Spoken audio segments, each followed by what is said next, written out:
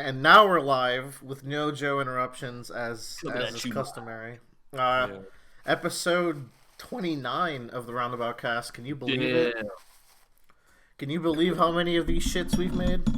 29. 29 of them. Um Happy New Year's to everyone. We're Oh recording yeah. this in 2020. Oh yeah. Today is man, I just now looked at like the date at the bottom right of my computer and it It's looks weird. it's Say spooky. spooky. There's no We're one living in the future. in our years anymore. Happy Miss Doublefinger Day. Yay. Hey. That is gonna sound weird to some, but some people are gonna get it. Um, Today on the Roundabout Cast, we will be talking about. Let me pull up the schedule. Joe's gonna talk about DuckTales. Yeah. I watched a shit ton of movies. Some of them overlap with some movies Joe watched, so we'll talk about those. We're gonna talk about Liv and Maddie on Disney Channel. We are not. The world doesn't deserve that rant. We're a What? I missed something. We're a positive channel here at the Roundabout Cast. I quote unquote finished Steven Universe. Hey. And then Bradley went ham and gave us a New Year special of 3 volumes of One Piece. Yeah, Willer had given me 2 volumes, and I was like, "Can I get like another one even?" And he's like, "All right, let's do it." I'm not gonna say no. 3 volumes. This is exclusively a good thing. Yes. Joe, I allotted a little bit of time for you to talk about your children's cartoons before I talk we have about. to introduce ourselves? Oh, my bad. This is your podcast host, Willer. I am Bradley, captain of the Bradley Blad Pirates. Bradley and Blad. I am a user of the Poof Poof fruit. What does it do? It turns you into a Poof Poof Man, of course. It turns me into a Poof Poof Man. But what does that mean? A Poof Poof Man. He proofs for work. A Poof Poof Man, he pops his body like popcorn, and it makes me all fluffy and big. I'm sure you're good to hug. Oh, yeah, I'm sure. I feel like that's an actual fruit. No. It must be. There has to be a Poof Poof fruit. Maybe. But who are you, Joe? Who is this third person? I'm Joe, and I'm work hungover, and through hate all things are possible. Hey. Work hungover is a weird term. But... Yeah. I woke up this morning feeling hungover and really upset about it because it wasn't induced by alcohol. I think they call that tired. I don't know. Exhaustion. That might be the term for that. Joe, why don't you talk about your children's cartoons? DuckTales. Yeah. Woo! Woo! So this is primarily focusing on the new DuckTales that came out in 2017 and is continuing to come out. This is a reboot of the children's classic show DuckTales, which is a show that's based off of the Scrooge McDuck comic books loosely.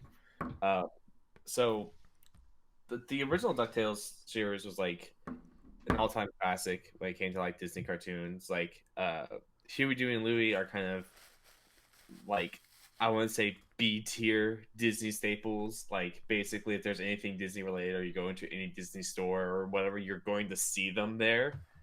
Same with Scrooge McDuck. Like they're in Kingdom Hearts even. Like they're the little shop owners. Like they never have like anything big, but they're kind of like a staple when it comes to like Disney fanatics, I guess. That's yeah. what I would say. I think they're like very close to mainstream. They're like that second tier of popularity. I feel that's why I said B tier. Yeah. My bad. Yeah, but yeah. So you know who Huey, Dewey, and Louie are, even though you probably don't know who actually is which one. So DuckTales was really great because it was a great like kids adventure show and like had a lot of cool like just like very just One Piece adventure style kind of things episodically. The modern DuckTales follows more closely with the comic books and what like the small plot threads that they have, and also does what modern cartoons does and have a more cohesive story that goes throughout the entire season for kids to follow, but is able to still break them up in episodic like series. Like each episode is its own story within itself, with the exception of like some episodes being one or two episodes, which are usually the season finales. But like you get these good plots of like that span the entire season. Like season 2 had a great plot about Huey, Dewey, and Louie's mother, and the season before that had a great plot about I forget what her name is. It's Webby's friend, who everyone calls a lesbian. How true is that? That they're lesbians. Yeah. What's the 411, Joe? Tell me they're lesbians, Joe. Oh, God, they're pretty close. Webby is got a big old boner for her. Good. That's going to be a running theme of this Roundabout podcast episode with Steven Universe coming up next. Oh yeah, I just remembered that my original intro to this was going to be theoretically by the end of this show I should be a lesbian. Yes, that's the goal today. But the new DuckTales is really cool because it really modernizes the cartoon. It brings everyone up to speed to the modern times. It doesn't feel like it loses any of that magic and touch of like the old cartoon has. It brings a little bit more wit to the series as well. David Tennant plays Scrooge McDuck and does it fantastically. I did not know that. That's great. Yeah, it's a great cast. We have Danny Pudi as Huey Duck, which I believe he's from Community. Oh, that's great. Oh, dude, Yeah. now that I think of, I have seen some, so I've watched some episodes of Yeah. this, some with Joe. Really Yeah. good show from what I have seen, and yeah, that I can place that voice now. Ben Schwartz as Dewey Duck and Bobby Moynihan as Louie Duck. It's a great cast that they kind of rotate in and out of whoever's there. Donald Duck is in it, and Donald Duck there's a great backstory episode about Donald Duck and why he's so mad because they go to his anger management. I'm like, wow, that's kind of touching and great. But the show does a really good job of just like modernizing what the cartoon was and keeps like that adventure feel alive, but doesn't like it. But it doesn't feel like other reboots where like it over tries to modernize it. It knows what it's supposed to be, which is just an adventure cartoon. It's not trying to like I don't know, like it doesn't. It's not like Powerpuff Girls where it has to try to like hit every single of those niche groups. It's just like this is DuckTales, but we're gonna make it in 2019, and we're gonna have it just be a little bit better, and it's gonna be more. We're gonna have storylines that go throughout the entirety of the season. So when you get to the end of it, you feel satisfied, and as well as having some great like comedy in it as well. Like I laugh a lot at this show. You've sent us some clips that are very humorous. There's a bit with Donald Duck being stranded on an island and voicing a watermelon, and it's hilarious. Oh man, but it's a great show. It's on Disney Plus, like the first 2 seasons. I think season 3 is still being aired.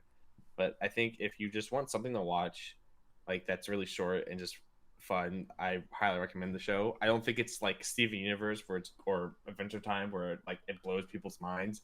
I just think it's a really fun show to watch, and like it's just kind of it makes you feel like a kid whenever you watch it.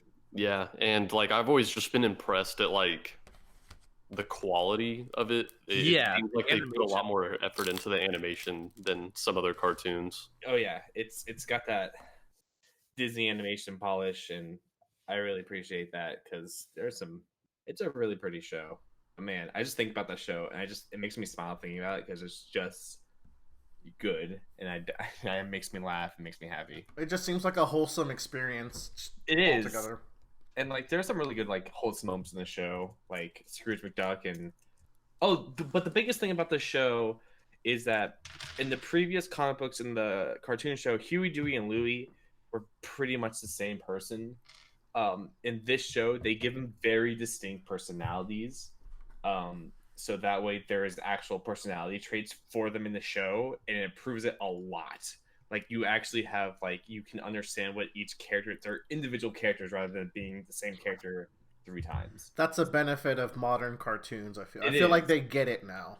Yeah, and so like because of that, it just feels the whole group feels a lot more dynamic rather than previously where basically Scrooge McDuck was kind of like your big like personality of the group, and everyone else was just side characters. Now it feels like everyone's a personality. Scrooge McDuck is still this like huge dude, but everyone else feels like they have a purpose in the show. Guys, I'm looking through old episodes of the Roundabout cast, and I just love that episode 26 is called Dr. Manhattan's Lap Hog. What a fitting end to our wholesome conversation about DuckTales. Moving on. All right. I said we were going to do movies first, but it makes sense to do cartoon after cartoon. I, quote-unquote, finished Steven Universe. I thought I finished Steven Universe because I thought Steven Universe was done. As it turns out, it's still ongoing for a little bit longer. But I'll talk about those circumstances in a second. It's unpopular to say these days, but I think Steven Universe is a great show. There's so many like video essays that it's unpopular. I think it is. I think it's not cool to like it anymore. Yeah, I know.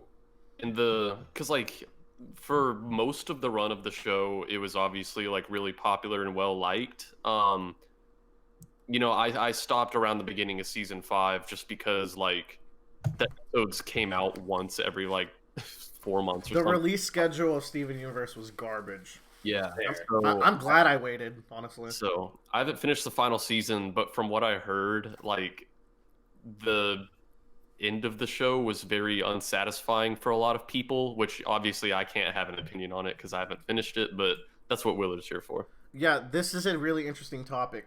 The show's hate kind of dates back a little further than it. Around season like 3 or 4, when it was like at the height of its popularity, the Steven Universe fan base kind of became a scary place to be around. Yeah.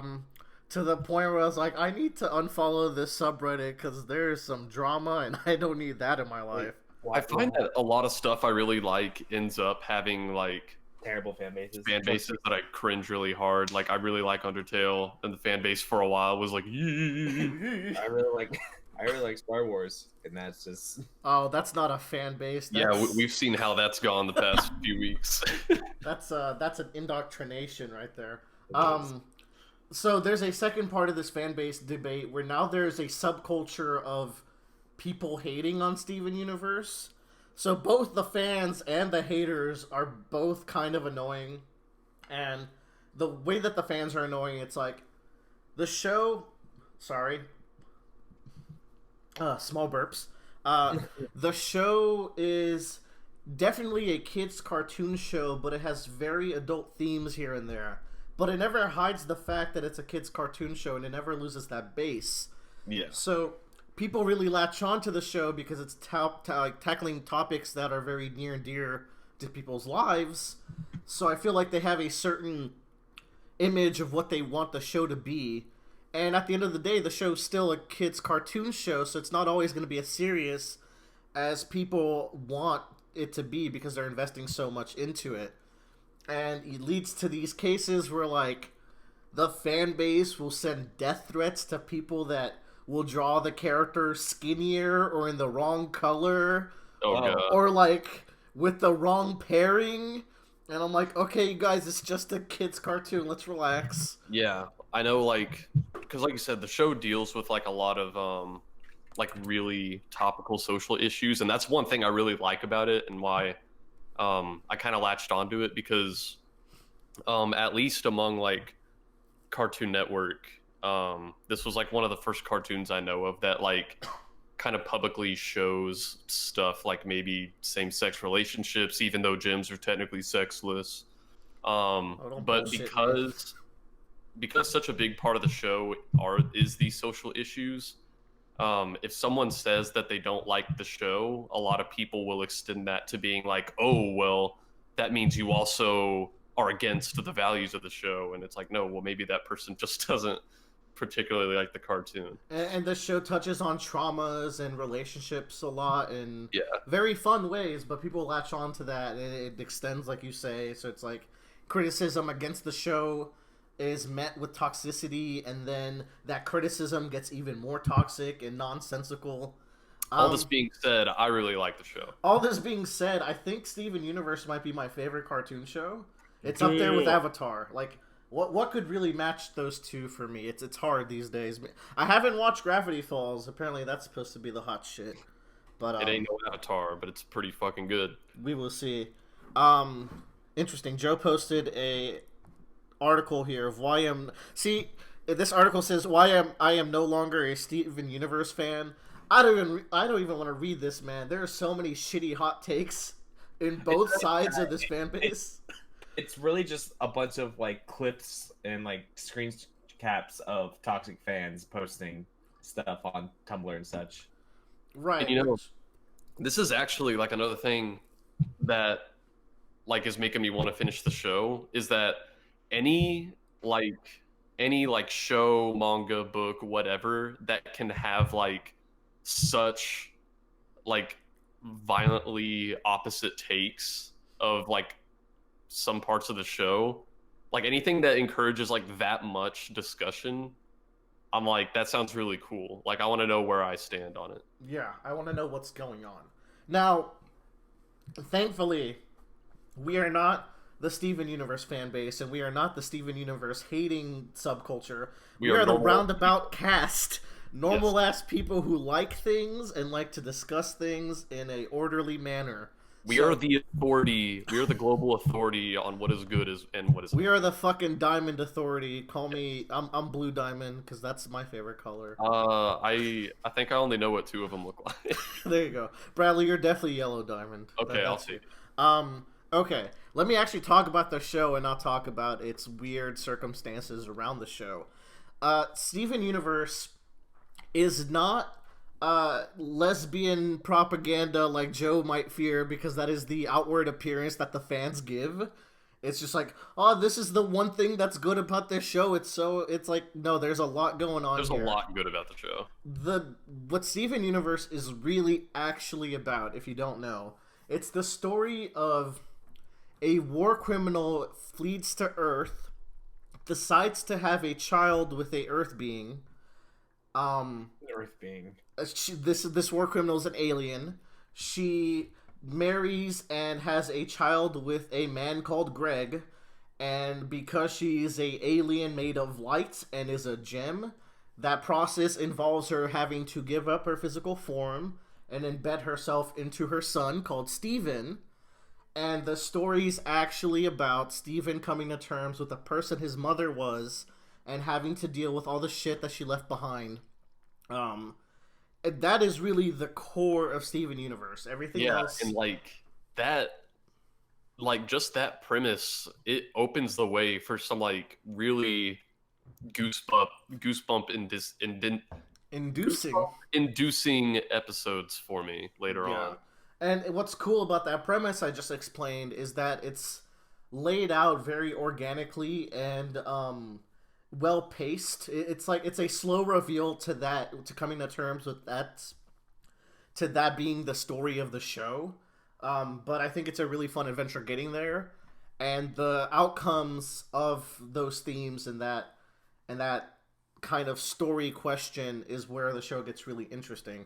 Like one of the most like powerful like threads in the show for me is the relationship between Pearl, who was one of Steven's mom's like closest friends, and Greg, the guy that she had a baby with, that led to her having to give up her form, because Pearl, for a tremendous amount of the show, like has this intense dislike for Greg because it's like he took her best friend from her.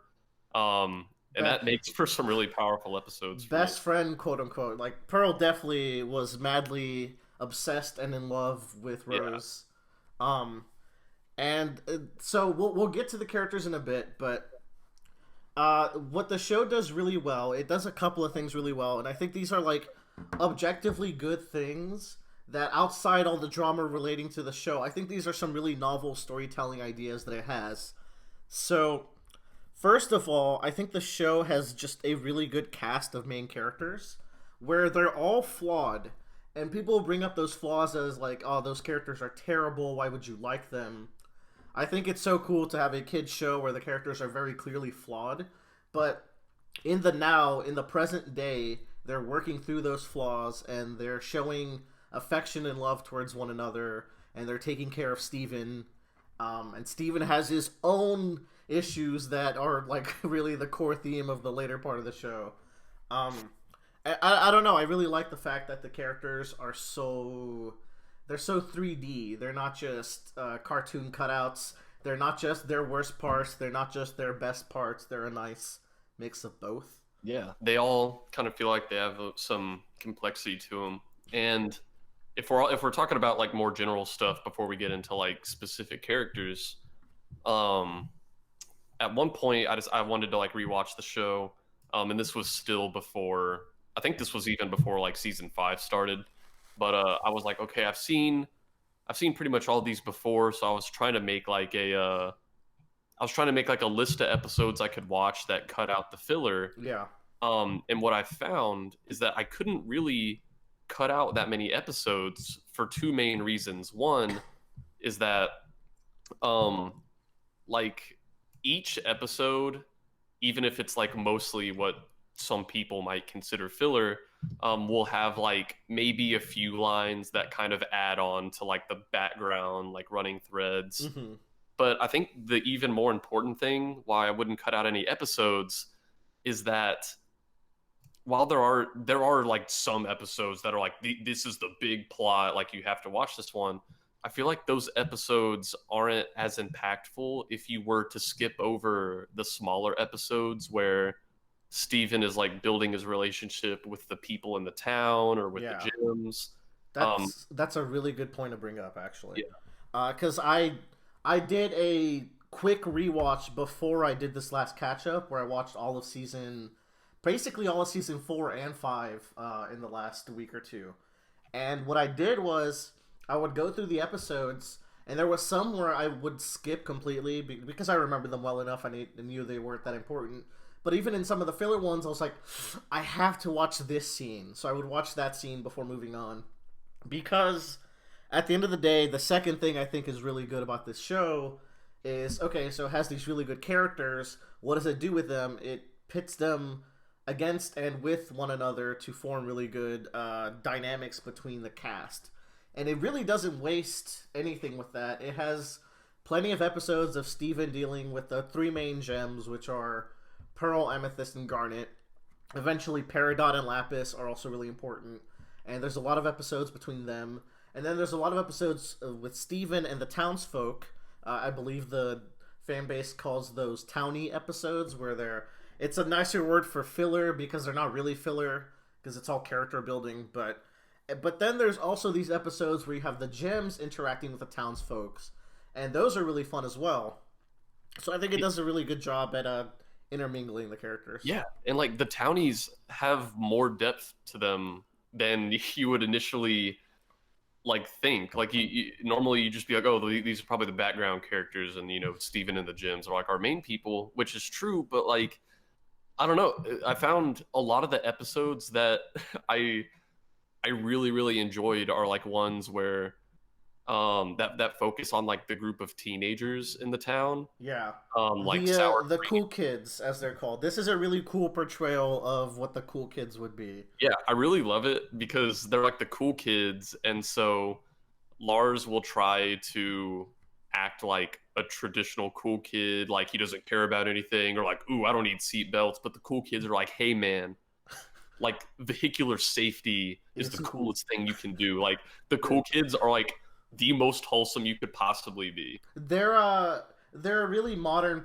take on the cool kids, where I guess there are traditional cool kids still out there, but there's a lot of hipster cool kids now too.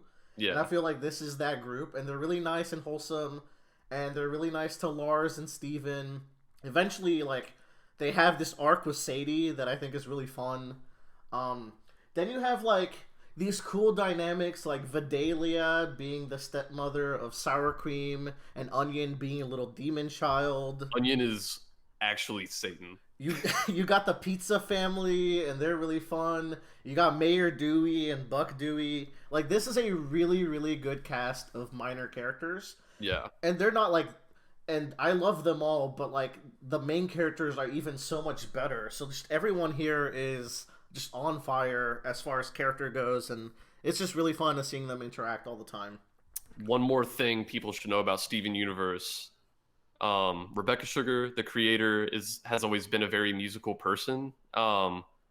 Like Adventure Time is known for having a lot of good songs, and probably a lot of your favorite songs in Adventure Time were written by her. And Steven Universe has some like really, really great music, and it's made even better by the fact that the majority of the main voice cast either has some kind of musical career, or even some of them were like in Broadway musicals at some point. I So mean, they're really good at singing these really good songs. prominent singer Estelle is the voice of Garnet, one of the four main characters of the show. Yeah. And Pearl's voice actress is a fucking queen at singing. Oh yeah. And she has a lot of songs. The songs are interesting. I will say that like I like the songs in Steven Universe, but sometimes the songs are used to fast forward character development, and Yeah. it can work sometimes, but then sometimes it moves too fast. So that's one thing I would knock against it. But all in all, it's a fun time. No need to be too critical on like nice songs, because at the end of the day, they all do sound nice. So that's like all my general takes on Steven Universe. I If you have only- one more. Fusion as a concept that brings together everything I've talked about, right? Yes. Fusion is a thing that gems can do, and Steven is half gem, so he can do it too. And what a fusion is you just fuse two beings, and they get like this new form that has a new name, and is a personality that is like a really intelligent amalgam of the two personalities. It's not as like two-dimensional as you think it would be. And what that person is that person is a representation of the relationship that those two characters have. And I think this is where the show is like undeniably kind of genius. And you could say, oh, fusions are maybe underused here or there. I think they're perfectly used. For example, with fusions, right? You got Sardonyx, which is Garnet and Pearl fusing, and she's really braggadocious. She's really flamboyant. But what she really represents is the fact that Pearl feels weak in general, and Garnet is such a strong character that when they're fused, Pearl becomes addicted to it, because it's the one time she can feel better about herself and conflict and kind of combat her personal issues. You got stuff like Opal, which is just really chill, and it ends up being Amethyst and Pearl, and it's like the most stable fusion in the show. And it just goes to show you that despite all their bickering, they work really well together when they get down to it. Yeah. But then you got the really interesting ones like Garnet. A small spoiler here for season 1. Garnet herself is a fusion, where she's a fusion between an amethyst or a ruby and a sapphire. And Garnet's whole being is that of a marriage. She basically embodies a marriage, pretty much. And I think that's really interesting. And then you got Steven, who can fuse with some of the gems. And, for example, Steven and Amethyst have this whole character arc in season 3, or it's 4, where they're both very, like, Steven's catching up to Amethyst, who used to be the weakest gem. Amethyst just starts to feel more and more useless as far as her combat abilities and being mature in the group. And it comes down to Steven at this point has a lot of self-doubt and just issues with coming to terms with the things his mom did. So their fusion just is really playful, and like they got the kid humor of Steven and the playfulness of Amethyst, but then a lot of like self-doubt and personal issues that come through when in the second episode we see them. And it just goes to show you that when these two are together, they kind of wallow in their negativity, and it comes through in Smoky Quartz, which is their fusion.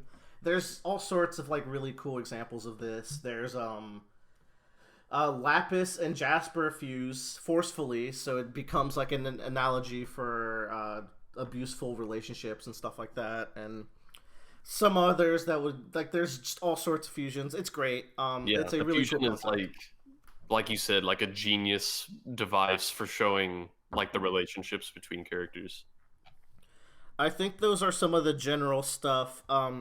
A really cool thing about the show also is that it has a good balance of, like we were saying, filler episodes, quote unquote, and story episodes, where every season has a good balance of them, but there's always a core story arc going on in different parts of each season.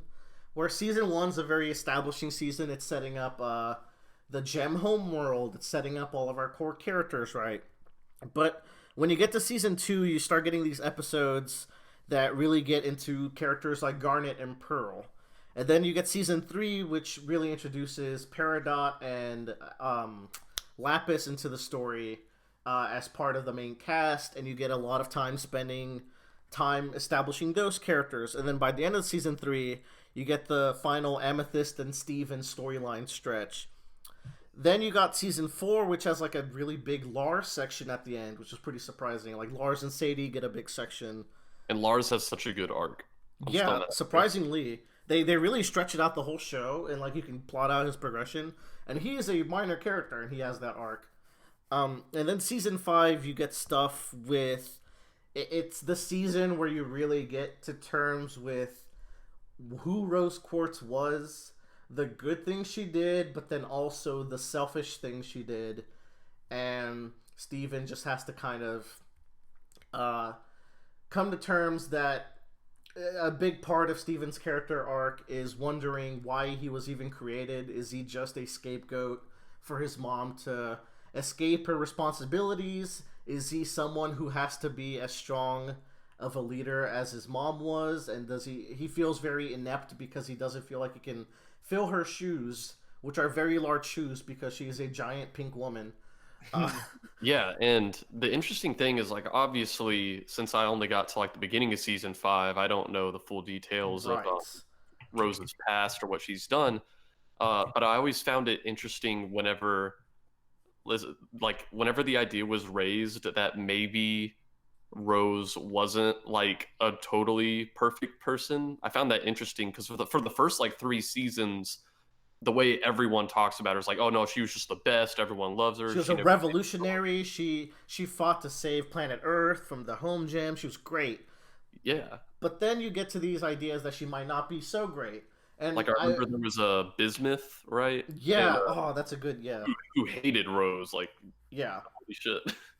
Bismuth is a great character to bring up too. I won't spoil anything for you. I will say that at the end of the day, Rose is a very interesting character, and I like her character a lot. Yeah. But she's like, you have to understand where she was coming from, but then you also have to understand how her actions might not have been very well thought out, which I think is all very well written. It's not bad writing because this character did some dumb things. I think it's all well set up. The end of Steven Universe, again, I won't spoil this, but maybe if Bradley finishes at some point, we can touch back on this ending part in particular, because the only thing he hasn't watched is season 5. Season 5 has a lot to do with the diamonds. I'll just say that. And so a kid's show is not always going to be... It's not always going to lead to a violent conclusion. It's not like a Dragon Ball Z kind of scenario where like kids' cartoons don't usually end with they don't usually end with like they're just exploding the bad guy and all is well. It's a little more complex than that. There's a little more negotiation that needs to go through. Some people say that those aspects of Steven Universe near the end are too easy. Like it all comes too easy to Steven. I will say that you're half right, half wrong. If that's your opinion on, that's my take on it. There are people that Steven is able to converse with and talk down that I think is really well done. Because of his previous experiences throughout the show, it leads up to this moment where he can... I could see it being a very diplomatic approach to the finale, which I think would make sense for the show. I will say that you're partial. There's a lot of action. You're not slighted of conflict here, but there's definitely diplomacy to be made. And I feel like there are characters that when Steven is diplomatic with them, it works really well. And then there's one character that when he's diplomatic with them, it doesn't work quite as well. because that character just had such a different worldview from Steven, that when he's able to be diplomatic with them, it's like, oh man, that they could have spent some more time on that. Yeah. So on that front, I could see why people are disappointed with the ending. However, the thing with people being disappointed with the ending of Steven Universe is that it wasn't the ending. And that's what really gets to me at that point, where there was the movie and then Steven Universe Future, which is the epilogue series afterwards. So did people want it to be over, or what? I don't know. I like when things end, but after watching Steven Universe Future, I'm so glad it exists because there's so much potential that they knew they could tap, and they did it. Like, it's great. Awesome. So let me briefly talk about the movie and then Steven Universe Future. The movie takes place 2 years after the events of the show. Damn. Time skip. Steven's 16 years old now. What? I know, crazy. He's a little adult. And it's very cute to see our boy have grown up. And it touched. So my problem with the Steven Universe movie, it's a pretty good movie, but the first half of it has a plot device where it just has Pearl, Amethyst, and Garnet have to re-go through their character arcs that they did in the past of the show. You know how the show starts? They're at a certain point at the start of the show, and they're only at that point because there's past events that got them to this point. It makes them have to re-go through those past events that they were talked about in flashbacks, but now you have to see them go through it. I did not like that. I don't like... So Spinell is the villain of this movie. Yeah, I've seen this character, but I don't know anything about her. I will say that Spinell is animated super well. She's animated like a 20s cartoon. She's Rubber Hose style. It's fucking rad. But Spinell has two personalities due to plot events that happen, and one of them is just kind of there and kind of annoying, but then the prominent, like, plot relevant one is really good and has a really sad backstory that I really like the way it's presented. And by the end of the movie, I was with it. I thought it was good. It was nice to see Steven back. And I was like, okay, I'm done now. And then as I was talking to Bradley, he's like, so there's this thing called Steven Universe Future. I was like, oh my god, there's more. Yeah, I was asking you about it. I was like, so what's Steven Universe Future? And you're like, I just found out about it just now. Let me go see. So, very quickly about Steven Universe Future. It is after the events of the movie, so it's still in the future, and it has a really cool theme song that replaces the original one where it's like, we are the crystal gems. It's nice. And so the thing about Future, there is no overarching plot line like Steven Universe had, because Steven Universe had a very clear homeworld gem plot line it was building up to.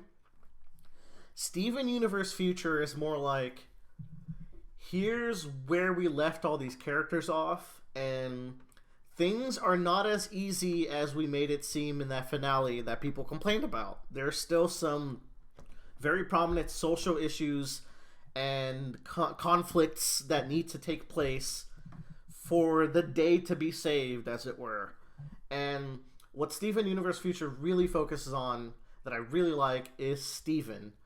And Steven at this point has a lot on his plate. He's gone through a lot of trauma. He's gone through a lot of good times. And you're just seeing this boy who you saw grow up have to take all of this in. And poor Steven, man. He is a trooper for going through everything that he does. And Future is really cool because you get to see a lot of him. You get to see a lot of his relationship with the main gems. And you get to see a lot of how the characters ended up that were not as prominent. It's really good, but it's not done yet. That's the thing. I might do a quickie on it once it is finished. It's like a limited series where episodes just kind of come out until they're done. I don't know how that works, but it's supposed to be like the final season. It's really cool. Steven Universe is great. You should check it out. Do not listen to any other opinions on it because there are some vitreous takes. I'm kidding, of course. You can go check out those people, but man, If you listen to them, just remember they're wrong. yeah, of course. They're not the Roundabout cast, so you know. But yeah, like, there's a lot of good in the show. There's some funky stuff here and there, but all in all, it's a good time. It's got great characters. Steven and Pearl are my faves. If you have faves, let me know. Comment below. Bradley, who are your favorites? I love Peridot. Oh, dude, Peridot is great. I love her. Peridot's voice is also so funny, and Yeah. like, she's just a joy to have around. All right, that's Steven Universe. I love it, and maybe you'll love it too if you try it out. Next up, I watched a bunch of movies, and I'd like to talk about them real quick, as quick as I can. I know I'm quite the rambler. Some of these Joe watched, so we can have a little discussion. So, I guess we'll go chronologically. I watched, Christmas break happened. I watched a lot of movies with friends and family, but then also, I got gift cards to AMC theaters for Christmas. Ooh. The thing is, I don't go to AMC theaters here in Austin. I go to either Regal or Alamo Drafthouse. Yeah. So what I did was, there was a day during my Christmas break where everyone was working. I just spent the whole day at the movies, and I just had the fun movie loaner experience, and I just caught up on a bunch of movies. I love doing that. It's great. Those gift cards went a long way, and I got an Auntie Anne pretzel, and it was fantastic. Whoa. Woo! All right. Chronologically, the movies I watched: Star Wars: Rise of the Skywalker. Ugh. Will and I discussed this already a little bit. Woo! I'm not gonna say much about this. Yeah. I thought this was a horrible movie, and I can't even pretend like I was sitting there and having fun, because every scene would move so fast and then have plot points that would be literally tackled in 2 scenes and just made irrelevant, such as, hey, Rey might have killed this huge important character. Oh, wait, he was on another transport ship. And we find this out the next scene, so there's not even time to grieve. Literally the next scene. Hey, we found the spy that we've been talking about this whole movie. There hasn't been much build-up, but we've mentioned him, and he says, I'm the spy. And then he dies the very next scene. Oh, so it's like he didn't even matter. It's like he didn't even matter. Hey, we found this knife that points to the Death Star if you fucking angle it right. Oh my god, the knife is so dumb. Hey... Wait, so if you point the knife at the Death Star... No, you have to line the knife up with Death Star wreckage, and it shows you where the location of the thing, the MacGuffin. There are 3 MacGuffins in this movie. Okay. Real talk. Kingdom Hearts had a more sensical story than this. Any of them. I don't think that's true. That is true. That's a big insult. Yeah. Original Kingdom Hearts or the entire Kingdom Hearts storyline? I think any individual Kingdom Hearts, not the connected parts of it. Okay. That's more fair to say. Yeah, that's more fair to say. Man. Yeah, I'll agree with you on that. But... And then you have these characters that I grew to love. I like episodes 7 and 8 a lot, and they were setting these characters on some really interesting journeys. Finn got fuck all. As Cosmonaut says, he got 3 love interests just to show that he's not gay with Poe. And then his whole Stormtrooper background just goes to waste. Kylo Ren, best boy in the whole franchise, really wasn't in the movie very much, just kind of shows up again at the end. Rey, what the fuck happened? Rey just kind of, They decided they wanted to be done with the saga after 1 fan backlash. Yeah. It's really frustrating because, in my opinion, if they just went along with Last Jedi, people would have been fine. It would have been okay. They didn't really need to. Like, I kind of gave up on like this series having like a interesting conclusion when they're like, Palpatine's back. I'm like, oh, okay. Well, I guess I'm done here. Just to summarize, I mentioned that character Death Fake Out. When that character died, I turned to the friend I was watching it with and I said, "This is the first thing in the whole movie that's been interesting so far." Why is the movie called Rise of Skywalker? Oh, let me tell you. Because, Also, I listened to Tyler and Joe summarize the entire movie, and I still don't know why. Okay, so the reason I did it is because of marketing. Because all the other trilogies, the last movie is always something. Like Revenge of the Sith, like Revenge of the Sith, Return of the Jedi, Rise of Skywalker. Well, if we call it the Rise of Skywalker, everyone's gonna come watch. The reason Skywalker. is that, spoiler alert, at the end of the movie, Rey takes up the name of Skywalker because it's a nicer name than Palpatine, even though it doesn't make sense for her to take that name. Like, what does that mean? It was so Yeah, does Skywalker even mean anything to her? No, it means half of a family that destroyed the galaxy because it was Anakin, and half of a family that drank blue milk out of a thing's tits for most of their adult life. But hey, he did some cool fucking Jedi shit that probably is like peak Jedi for me. But you know, it's whatever. Force teleportation of objects is neat, I guess. Yeah. I like how they said there was 2 scenes I really liked. I've already spent too much on this. 1 out of 5. I really didn't enjoy this movie.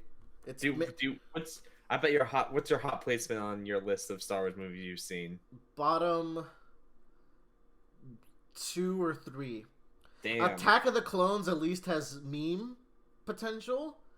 So You should rewatch Attack of the Clones. It's really that fun to watch. I like Revenge of the Sith because of the fight scene. I like Revenge of the Sith, but well, let me also end that all by saying that you really should not pay attention to my Star Wars ramblings or opinions. They're all trash. But if it makes you feel any better, I think your opinions are trash too when it comes to Star Wars. So we're on the same boat. No, the only ones. Joe, you're a reasonable human being, and I really respect you for it. So I remember saying that. No more Star Wars. No. Bye. Next up, I watched. Which one came next? I think I watched Knives Out. No, I watched Parasite next. Let's talk about Parasite. That's a good film. Don't talk much about Knives Out because I still haven't seen it. You should watch Parasite as well. Parasite is the story of a poor family in Korea kind of finding ways to take over and worm their way into a richer family. And it's really... When you first mentioned you were watching Parasite on Discord, I wasn't paying attention and I thought you meant the anime. No, it was. I was like, oh. Me watching anime, Bradley, please. Please look forward to my Ava review next week, but that's different. I can't wait. It's been 4 months in the making. It really has. So the way they establish this poor family is fantastic. The first scene is them trying to run around and go to the corner of their small basement house that has Wi-Fi signal that's free. And that really just tells you everything you need to know about them. It's a dad, a mom, a very attractive sister, and a brother. And they just hustle their way through life. They just kind of crawl around and squeeze out money here and there, but in like a almost wholesome way. Like, it's not that malicious until it becomes a little malicious. The rich family is also really interesting. It's a dad, a mom, a smaller brother, and an older sister. A smaller brother. Yeah, he's a little kid. I don't want to give too much away, but this is a very unique movie. You can't predict where it's going. It's really well acted. I saw a video that analyzes how the movie uses camera upward movement and dividing lines to visually portray people advancing up and down in society, and then using dividing lines to show that at the end of the day, the rich and the poor are divided by this intangible, invisible line that you can't really decipher. It's really intelligent that way.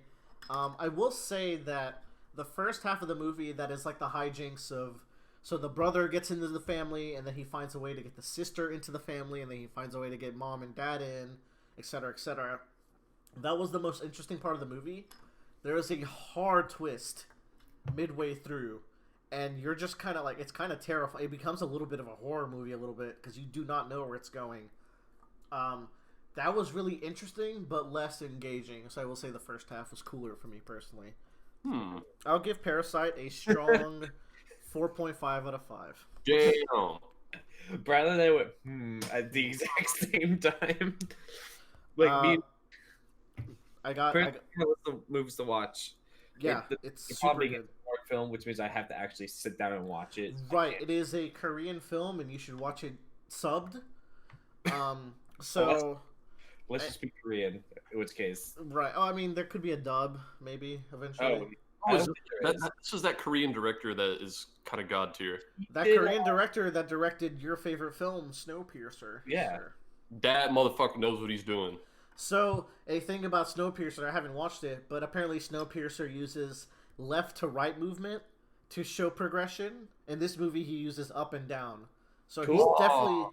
he's definitely got a vision for the way the camera moves to show progression, which I think is cool. Just like I'm not like there's other directors that I think are better than this guy, but he's like I really like the way He knows what he's doing. He puts intentions into his work. Knives Out. Okay, Willard, you get like a minute and a half because I really don't want you to talk about this movie much because I really want to see it and I don't want to. I have 3 points to talk about with Knives Out. Okay. I love the main character, Marta. Hey.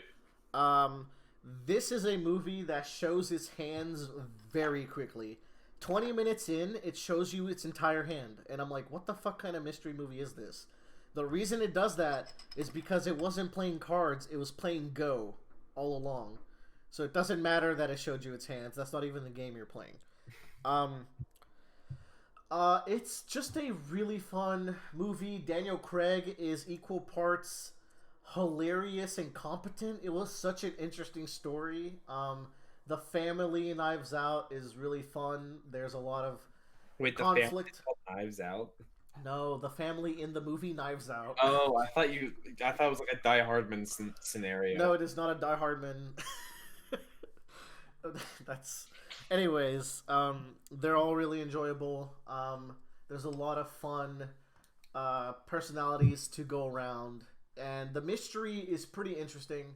It also made me come to terms that movies, because they move at a set pace, the way movies have to deliver mysteries is with you kind of figuring out a lot of it, but then a lot of it just has to be info dumped to you at the end.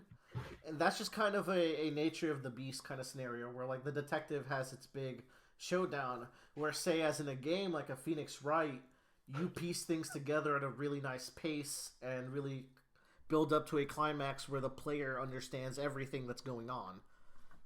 Joe's sending me nudes. Do not do this on the podcast, sir. They will hear it. They will hear Bradley's horniness. Thank you, Joe. I like it. What the fuck? Anyways. No, it wasn't actually a dude. It was a Goofy movie New Year's thing. Could still be a nude. I don't trust y'all. It's basically a nude for Bradley. It's both. Bradley loves the Goofy movie that much. I do love the Goofy movie. Knives Out's a Goofy movie that I give a solid 4 out of 5. It's really enjoyable. And Knives Out with your drives out. It's also really well directed because Rian Johnson's a great director. Hey. Yeah, go watch The Last Jedi and not be angry at it. Marriage Story. Oh man, this is the movie that I started watching and then told Willard to watch it because I was already gonna. Joe, you always think you put these ideas in my head that I already had in my head. I just haven't gotten around to. I know, but I'm the one that initiates them. Anyway, that's true. You do get to them first. Marriage Story is a Netflix movie featuring Scarlett Johansson and Adam Driver. An annoying small kid, but he's supposed to be that way. Man, that small kid just doesn't understand the hurt that he's putting out into the world.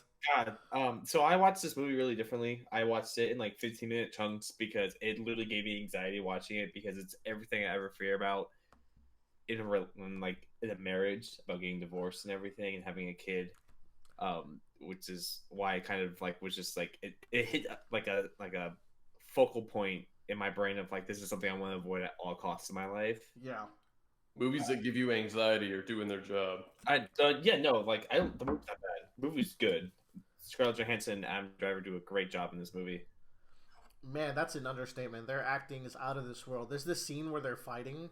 Oh yeah, the basically the climax of the whole movie. It's pretty. It's like not even that late into the movie, but it's so memorable. I guess it is the climax. Everything kind of changes after that fight.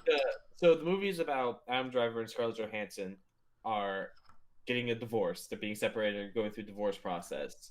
And this whole time, it's a story about refusing to go into conflict with someone else because you have so much respect for them, essentially. Yeah, but then there's also this aspect of Scarlett Johansson is talked into getting a lawyer, Mhm. which is it. It is basically the first nuclear missile in a nuclear war. Right. It It's an was a decision that destroyed everything. Um, and what's cool about this movie is that both parties are wrong, and they're yeah, both right.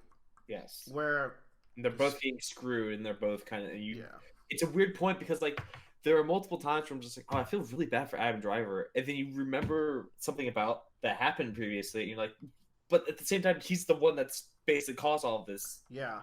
He- The divorce is in a relatively spoiler free way. Is caused by Scarlett Johansson not feeling like she has any agency in their marriage anymore.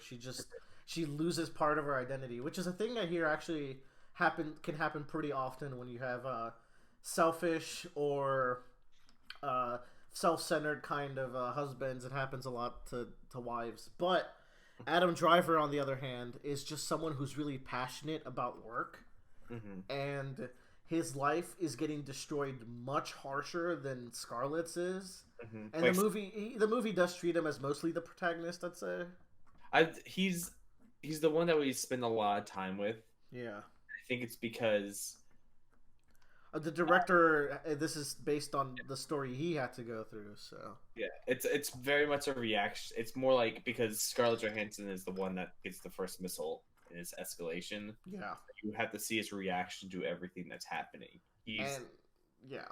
It's a really good way of like, and it's all about like realizing that uh bottling up like the things that are bothering you and trying to like do good for the other person doesn't solve anything at all, and like it hurts you and the other person more than actually kind of conflicting and like fighting each other and having those conflicts to like try to figure out what's wrong and so forth, because that's kind of what the whole climax is. They finally realize that they just can't get what they want because they're sacrificed so much for each other.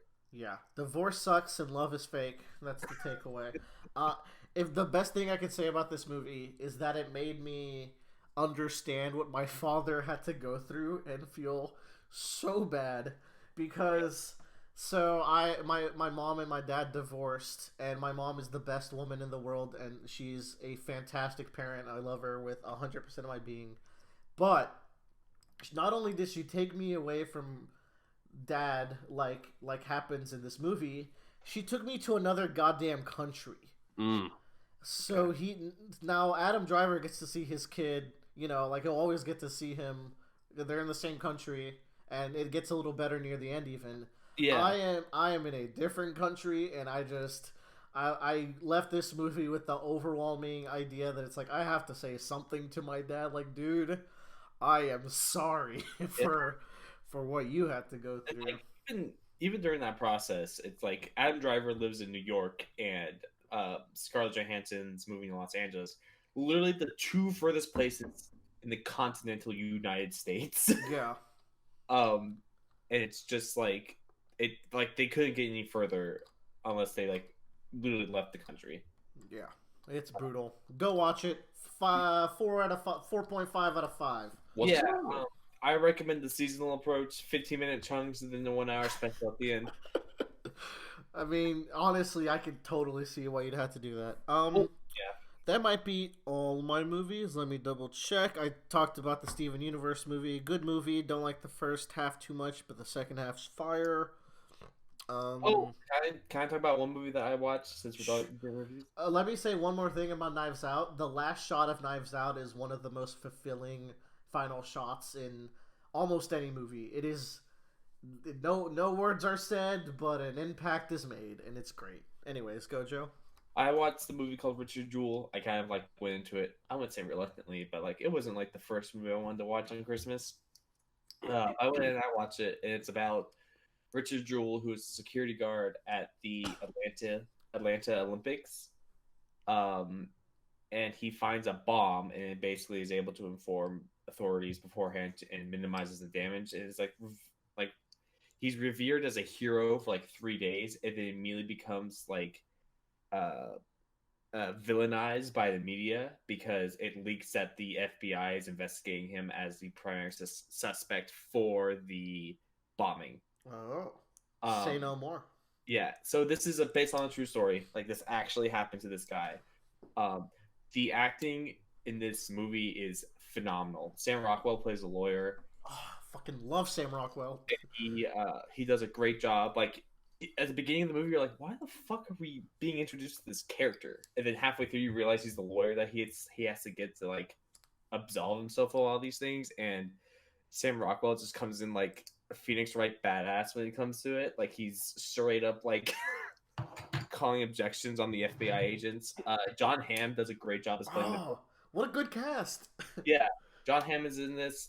I think those are the only two that I can name right off the top of my head in terms of cast members. The guy who plays Richard Jewell does a great job at playing him. The woman that plays his mother kills it as well. Like, everyone like acts like their heart and soul out in this movie, and it's phenomenal. It's only like an hour and a half long. It's just kind of like this. There are several points in the movie where you just go like, how stupid could this person be? Because the big character trait for Richard Jewell is that he has always wanted to be a police officer his entire life and believes in the law, kind of deal. So he's actively trying to help the investigation, even though it's like hurting him. Does that make sense? Yes. So it's just a very interesting movie, and I think it's a kind of like, it's in our climate of this whole like people versus police investigations kind of state of society. It kind of matches up, and it's funny because I just finished watching Watchmen, and it has the same kind of theme to it. We should talk about Watchmen maybe after I watch it. Maybe, yeah. But yeah, it's good. It's only an hour and a half. I give it like a solid like 4 out of 5. Nice. I want to watch that, and Uncut Gems with Adam Sandler is apparently supposed to be like the most stressful movie of the year, if not ever. Like, people are like, that movie made me genuinely uncomfortable because it's that tense. Yeah. Also, Jumanji 2 was really good. I give it 3.5 out of 5. Ayo. Oh my god. Jumanji fucking... So, one of my presents this year was our old VHS of Jumanji, because my parents are moving out of their house. They're throwing out all the old shit. And so for me and my brothers, they gave each of us like the VHS that we watched the most when we were little. Aww. One of my brothers got Night Before Christmas. Other one got Lion King. I got Jumanji because I watched that movie a stupid amount of times. There was a summer in elementary school that I watched Jumanji every fucking day of that summer. Jesus. As much as I watched that Jumanji, the new, not the new one too, but like the first new one, I watched that for the first time on Christmas Day. It was funny. If someone says, "Oh, it's not like the original Jumanji," it's like apples and oranges. It's just a totally different thing. What did you say those 3 tapes were? You said Jumanji, I got triggered. What did you say those 3 tapes were? Nightmare Before Christmas, Lion King, and Jumanji. So Bradley has the shit taste of the family. Okay. You know, the OG Jumanji is like amazing. That's why his brother got into One Piece before he did, which is a fantastic segue. I think that's all the movies into our next segment, which we will do in a second. What a great conclusion. So, little behind the scenes. I don't know if Bradley is aware that he has his camera on today. I'm aware. Okay. He was like sitting down with his like leg up as we were talking. I wanted to see if you guys would comment. Not at the time, but now I will. Yeah, I was hoping you guys were gonna like say something like And then when Jumanji came up, we saw him spring to life. Yeah, I was like recording on my couch, and I was laying down, and when they said Jumanji, I was like, poof. So if you're ever wondering why Bradley might be quiet during some conversations, he's literally laying down playing with his legs. All right, that's a good. Let's do One Piece and wrap this baby up. Well, there's Worm after this, but it's time for Don't Give It Up, Bradley. Yeah, there's Worm after this, but that was pre-recorded like weeks ago. So don't tell them how long ago it was, you fool. Oh shit. We're recording it right after this, you big dunce. Yeah, Will, you could just bleep it out. Arc 26, I'm sure it's gonna be great. Just bleep it out. This week on One Piece, we're starting with Volume 31, Chapter 286, and when Willer brought over this volume, I looked at the cover and I was like, who the fuck are these guys? Like, I thought the guy that I now know is Calgara. I was like, he kinda not really looks like Wiper. It's like Wiper but with different tattoos. You could have feasibly noticed Noland because he has the chestnut hair. We saw like a cartoon version of him when they were telling his story in Jaya. Yeah, I couldn't quite remember that. Yeah. And I think the reason it didn't register me as Noland is like I kind of bought in to the in-universe propaganda, and I'm like, there's no way he can look like that much of a Chad. Like Oh, whenever but he is. I learned this was Nolan, I was like, wow, he's actually really badass. I thought he was going to be like a loser. Oh, he's Nolan's a god. Oh, boy, that's the whole thing. But yeah. But yeah, so One Piece boys will be very pleased. We're doing 3 volumes this week. That's triple the amount we usually I'm do. going to cry. So This is great. This like all we want is for Bradley to catch up, and like this is the time he's making big strides. So yeah, everyone's if I do 3 volumes a week, it'll take only like half a year to catch up. That's not true. Anyway, yeah, we jump into chapter 286, and another funny thing about this volume, whenever I got it, is I look at like the side of the volume on the spine, and 3/4 of it are black pages. That's when you know, like, that's when you actually know One Piece is at its best, is when you see a chunk of black. That's legitimately the best parts. Yeah, because like I think back to Arlong Park when there was a volume that was like one big flashback, where it's like Nami's like big backstory. Yeah. And I was like, holy shit, One Piece has good flashbacks. I think there were good flashbacks in Alabasta too. Mm-hmm. It had a lot of VV1 segmented throughout. Yeah. Volume 31 is like the flashback volume. It's a really fucking good. We kind of like finally learn what the hell is the thing with Skypiea. Yeah. So I guess we can just jump right in. Where we left off is Aneru started his like assault on Skypiea with his lightning bolts.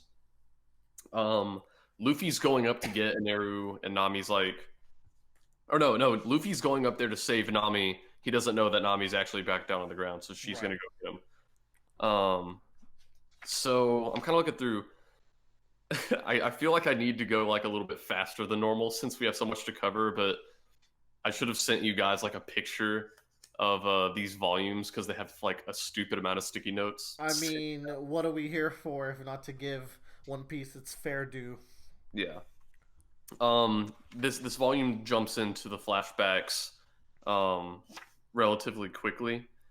When it's this flashback starts kind of at the beginning of this chapter almost, and we hear Mont Blanc Noland, and I'm like, oh my god, here we go, it's gonna happen. So the flashback kind of starts with some people approaching the island of Shandora, and the great warrior Calgara, the demon of Shandora, just kind of solos their entire crew and ship. It's really cool seeing him because it makes you think of Wiper and how Wiper really carries his hot bloodedness. You could tell immediately that they're both these kind of like demonic warriors. Oh yeah, and I put a sticky note on this page where he like hits their boat with a like huge metal ball on a chain, because that reminded me of Luffy having a giant metal ball on his arm, and I'm like, oh, that's how he's gonna take out Aneru. That's neat, actually. Yeah, that is neat. That's kind of funny. So yeah, like we just kind of like I'm glad we finally got to see Calgara, because like we've heard of him like, oh, the great warrior Calgara, blah, blah. yeah. Like, His statues do not look like him, which I think is a good touch. Yeah. He's got the Super Saiyan 3 hair. It's very cool. Yes. And then so we see him, and then like 2 pages later we see Mont Blanc Noland, who, like I said, is like way more of a Chad than I expected. Because like I think in the storybook he looked like way more of a bitch than this. And like he doesn't just look like a Chad, he is a total Chad. Like he just like throws himself overboard Oh, Bradley. to to catch like fish. get food. Bradley, you don't even know the Chad. I Dude, mean, he's so Noland is a viable Chad, all right, in the Chad He is wars. a Chad. yeah. That kind of leads like seeing Nolan kind of leads into the next chapter, chapter 287, called Kami Killing. And I like going into this chapter was a lot of fun reading that title because Kami Killing could either mean killing the Kami or the Kami killing someone. And like obviously we learn in this chapter what the title means by that, but when you don't know what the chapter's about, that title's like, oh my god, what are we getting into here? I love this cover page, this 2-page cover page of them all eating ramen. Yeah, we have so many cool cover pages, and even though obviously the story like pretty much always takes up where it left off chapter to chapter, I like to believe that somehow all these cover pictures are still canon. That's the thing about cover pages in One Piece. I feel like they exist to tell us a story that could have happened to the Straw Hats in the middle of their like voyaging. Yeah, There are filler arcs. They allow us to like build up a little bit more relationship with the crew, and there's already good enough of that in One Piece itself. But it allows us to like experience how the crew would handle these situations if they were in together. Yeah. Parts. So we go into this next chapter. Nolan hears the bell, and then we get a look at the crisis the Shandorans are going through. And I was like, Jesus Christ, this is dark, because they're like, you have this like haggard old man like screaming that they need to offer blood on the sacrificial altar, and there's like people dying, and this guy sees the disease appear on his arm, and he like gets a rock and is like scraping his skin off. Yeah, I'm like, that's a really good visual. Mm-hmm. and it just makes it funnier that 4Kids ever tried to do One Piece. It is a dark series, man. Yeah, like there's a question corner in volume 33 where someone like one of the people asking the question is an 8-year-old girl, and I'm like, man, I can't imagine an 8-year-old girl reading The this. Japanese are just tougher when it comes to I guess this. so. But yeah, like holy shit. There's a lot of dark stuff going on here with people being sacrificed or being told to sacrifice themselves. Noland, when he gets onto the island and he sees this guy, he pretty much immediately knows what's going on. He's like, oh, it's Tree fever. yeah, it's tree fever, it's the plague, and I mean it's something they've dealt with on their island before, but the Shandorans, because of their past where it's like they were supposed to protect the Poneglyph from outsiders, they are like kind of instantly they have this aversion to outsiders, and they're not really going to listen to Nolan. It's highlighting the issue of an isolated nation, Yeah. which is something to consider. So we kind of make our way to the altar where they're going to sacrifice the prettiest girl in the village, and we see the great Kashigami, the giant snake.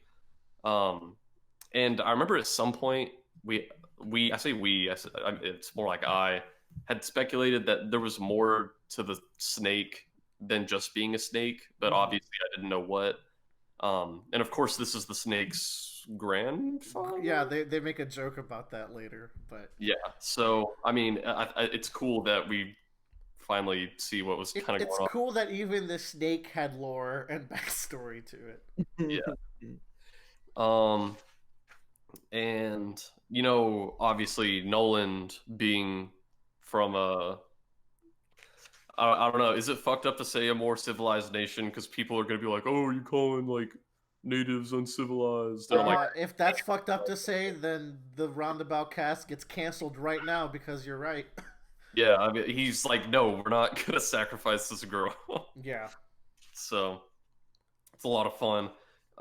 Chapter 288, Curse. By the way, on the back burner, Ace is like super successfully infiltrating the Navy headquarters. He's like eating while hiding. Ace. Yeah, like he has his face like, please don't find me, please don't find me, but also he's like has his mouth full of food. Can't help it. So yeah, Calgara and Noland are kind of instantly having this battle over whether this girl should be sacrificed. And you know, the Shandoran idea is that like, no, this is worked out fine for us. You guys don't know anything. You don't know the gods. Like, no, this is how we do it. And Nolan is like, no, like you people are insane. That's just a snake. There's a line here where Kagura says, "Have some shame," to what we find out is his daughter, and that's just so powerful. It's like, have shame of being alive and defying our culture. Like, have some shame. Like, that's very harsh, and it goes to show you just like the worlds of difference between these two tribes or these two groups of people right now. At some point during their fight, Nolan kind of has his little speech to Kalgara, and I'm pretty much just going to read it because I'm sure we're going to have a lot to say about it. And there's a kind of a lull in their fighting, and he says, "We set out to sea in the hopes of making the world a better place. This is an insult to everything we stand for. And these gods of yours who claim to demand blood, aren't you giving them too much credit?" He says, "I'll drive this evil spirit out of your village. If I fail, you can go ahead and do it your way." And I think this is so cool because there's so much that happens in this flashback that is like a direct parallel or just like references stuff that's happening in the present. I feel like here he's basically calling out Eneru from the past. Ooh. Because to him, any god that would demand blood shouldn't be called a god. It should be called an evil spirit. It's interesting because when we get to the future, it's almost a flip of ideals, because we now have the Shandonans that know this to be true, that they shouldn't be the ones that should be oppressed by this terrible god and have to rebel against it. Yeah. They're not civilized, but they're not as technologically civilized as the sky people. I forget what they're actually called. Yeah. So now you have this flip where the people that are a little bit more that don't know as technologically like much there is, taking on the god and fighting for what's right, and essentially trying to rally the people that have progressed past them to technology wise to realize that same situation. That's so good. That never clicked with me. That's dope. It's a cool flip. And like the relationship these Shandorans, it is Shandorans, right? I think Indians? Shandorians, I don't know. It's Shandorians, right? I think so. Yes, Shandorians, not Shandonians. The relationship they have with their like giant snake is so similar to what the angels have with Eneru in the present day, because it's like, because they are oppressed by this thing, they've kind of fooled themselves into thinking that they respect it because they're actually scared. Yeah. Oh, that's the bringing in the fear there, and how Eneru says that fear is Kami, fear is God, and we have this really unspoken example of it. That's cool. And like this parallel is even more potent later on, because you know, they're up till like almost the very end, they're going to be like, no, we actually respect it. It's like our God, like it's this is the way. But then like later on, the moment Nolan offers an alternative, the moment he brings up that maybe he can cure it, they immediately turn on it. They're like, no, this thing's evil. Like, no, we want the cure. Yeah, it's a little more complex than that. I will get to it. So yeah, I just thought it was so cool. But they make a deal with Nolan. It's like, if you can in fact defeat the plague, we'll let your crew go. Fun setup here. Yeah, I'm kind of speeding through this a little bit. We kind of fast forward to Nolan. There's been an earthquake, and Nolan is kind of trapped in a crevice in the ground with Kalgara taunting him. He's like, "Oh, well, it looks like you're not going to be able to save your crew if you're trapped there." And that kind of closes out that chapter to 289, which I guess we can just move into that. They're going to have quite the standoff here. Like, Nolan is really determined to try to get out of this crevice himself. Kagura is going to keep taunting him. And then most of this chapter is kind of like debates between the two over like whose ways are right. the like traditional Shandian way or Nolan's like civilization way, because they're both like, no, you don't understand how this works, because like, you know, Calgara is like, no, no, no, like this is how it works. Like you sacrifice blood to the blood god, and then like that works. Like you're an idiot if you don't, if that doesn't make sense to you. And Nolan's like, no, like we know more about this than you do. Like you just need the right cure. To Calgara's credit here, he has this line where he's like, I sacrificed my own daughter because I can't make exceptions from tradition even though I'm the leader. And Nolan's just at disbelief at this. And I think there's something inherently cool about what Calgara is saying here, even though it's so wrong and barbaric. There is something to the Shandian way of life that, like, they have these traditions, but they live, aside from the fear, they have this nice culture and happiness within each other. And it's this cool conflict of, like, you guys have this really interesting way of life, and it's cool that you guys were able to make it this far, but we have this modern solution, and both sides have something to contribute, but at the end of the day, Nolan's side is the side to progress, and easy to argue that that's the better side. And that moment made me connect with Calgara a lot more, because I was much more sympathetic to Nolan up to that point. But you know, after the reveal that that girl was Calgara's own daughter, I don't know, I really connected with him, because to him it's like, yeah, like, I mean, I hate this as much as anyone, but to him it's his duty. Like he's trying to save his people. There's something to be said about this show of leadership. It shows Calgara to be a really good, selfless leader. He's just following faulty traditions. Yeah, after that moment, I felt really close to both of these characters, and it just made it feel tragic that at that particular moment they're on opposite sides. At some point, oh, it's like the panel after, one or two panels after he reveals that the sacrifice was his daughter. So the guy that the Shandians were using to converse with the gods was named Pantori. I don't think we ever get an answer for this, but I wondered if either Pantori was just bullshitting that he could talk to the gods, or like if he had some kind of mantra and he was hearing something talk. Obviously, I don't think we ever get the answer, but I put a sticky. Oh, fuck. That's that might be important for much later. Okay. Yeah. I think you are onto something. Yeah. He might have been hearing the will of this snake. Yeah. And interpreting it that way, but he wasn't really sure what he was really listening to. I totally see it being a thing we learn later on in One Piece, where it can try to like direct the course of this civilization. I mean, Joe almost choked to death right there. So. It like a bunch of things just clicked with a few of the things that have happened later in One Piece. Yeah, that I don't know, that dialogue just like really jumped out to me. I was like, this feels like mantra, and if he was indeed hearing something, then there had to be something doing the talking. Yeah. So and don't worry about it. You did a good boy. There's this line here where Nolan says, your antiquated ways are a slap to all those who died for this progress.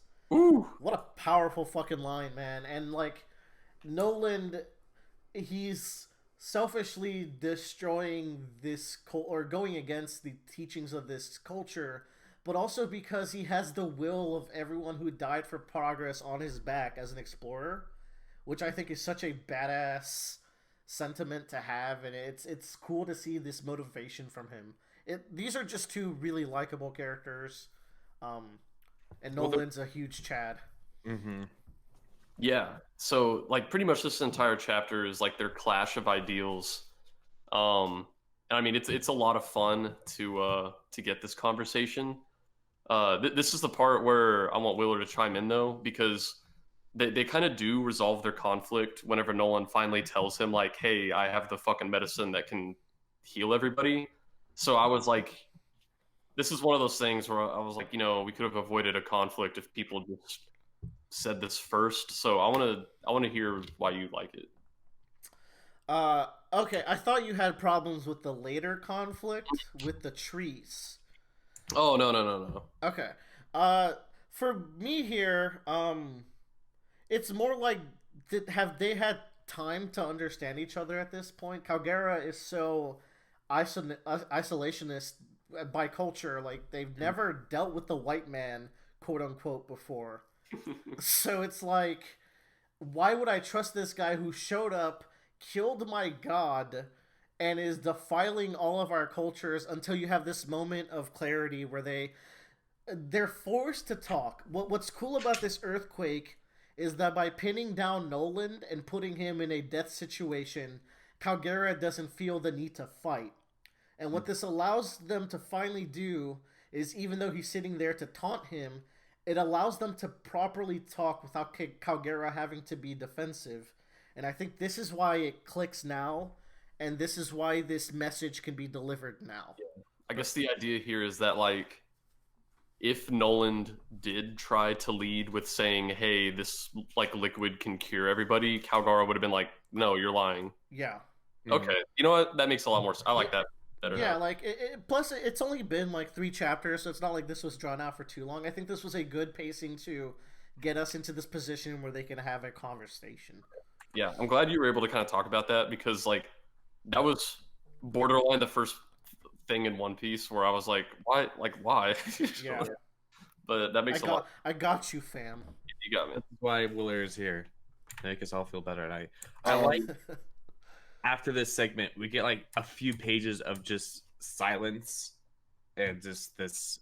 We see all the effects of the medicine happening. Yeah, and I love this panel where Calgara has tears in his eyes and he's like, "Will you really save my precious village? Can you save it?" And this, like, I just got the same feeling I got whenever, like, everyone started evacuating the city after Colonists warned them, because it's like up to the last minute they were clinging to their Ideals. like ideals and their respect for their god or whatever, but the moment an alternative presents itself, they're just like, no, we need this. I want to back it up one page to Calgera saving Nolan from the snake, from the second snake. And he says, "Tell me just now, what did I kill?" And Nolan answers with a snake. God, man, that's such a good page. Like, I'd have to like write a mini essay on just how profound and cool this scene is, but just this idea that it's like visually Nolan or Calgera killing his antiquated ways to allow for progress, and Nolan reassuring him that it's like, no, trust me, like that was just a snake. It's okay. He's killing his entire worldview that he held for so long. Yeah. And yeah, he's physically like, it's a metaphor for it, and it's just really good. With the sunset behind him, it just looks cool too. It's great. And like the rest of this chapter is just amazing. We don't like, I don't know. We don't even have words the rest of the chapter, I think, after he says like, I'll save the village. We just like see them go back and we get to see everybody's like celebrating and crying. And Nolan has a satisfied smile that he saved his crew and these people. Love Calgera crying with his daughter in his arms, because I feel like that's such a show of pent up emotion where it's like, man, fuck that ritual. I'm so glad that you're safe and alive and I didn't have to go through with it. And like, not only is she saved from this ritual, they probably won't ever have to do a ritual like that again. And additionally, it's like, remember when we're talking about Wiper? Wiper's just this demon of destruction, but then we show his some sentimentality when he's seeing Rocky get killed, quote unquote. And it's a cool parallel between them two again. So this was just like a very like feel good chapter, and just like a lot of the themes of the Skypiea arc, like presenting themselves like, hey, we're the themes. Have you heard of us? Hey. I'm sure everything will go nicely from now. Oh, I'm sure. Chapter 290, The Light of Shandora. Woo! We kind of skip forward.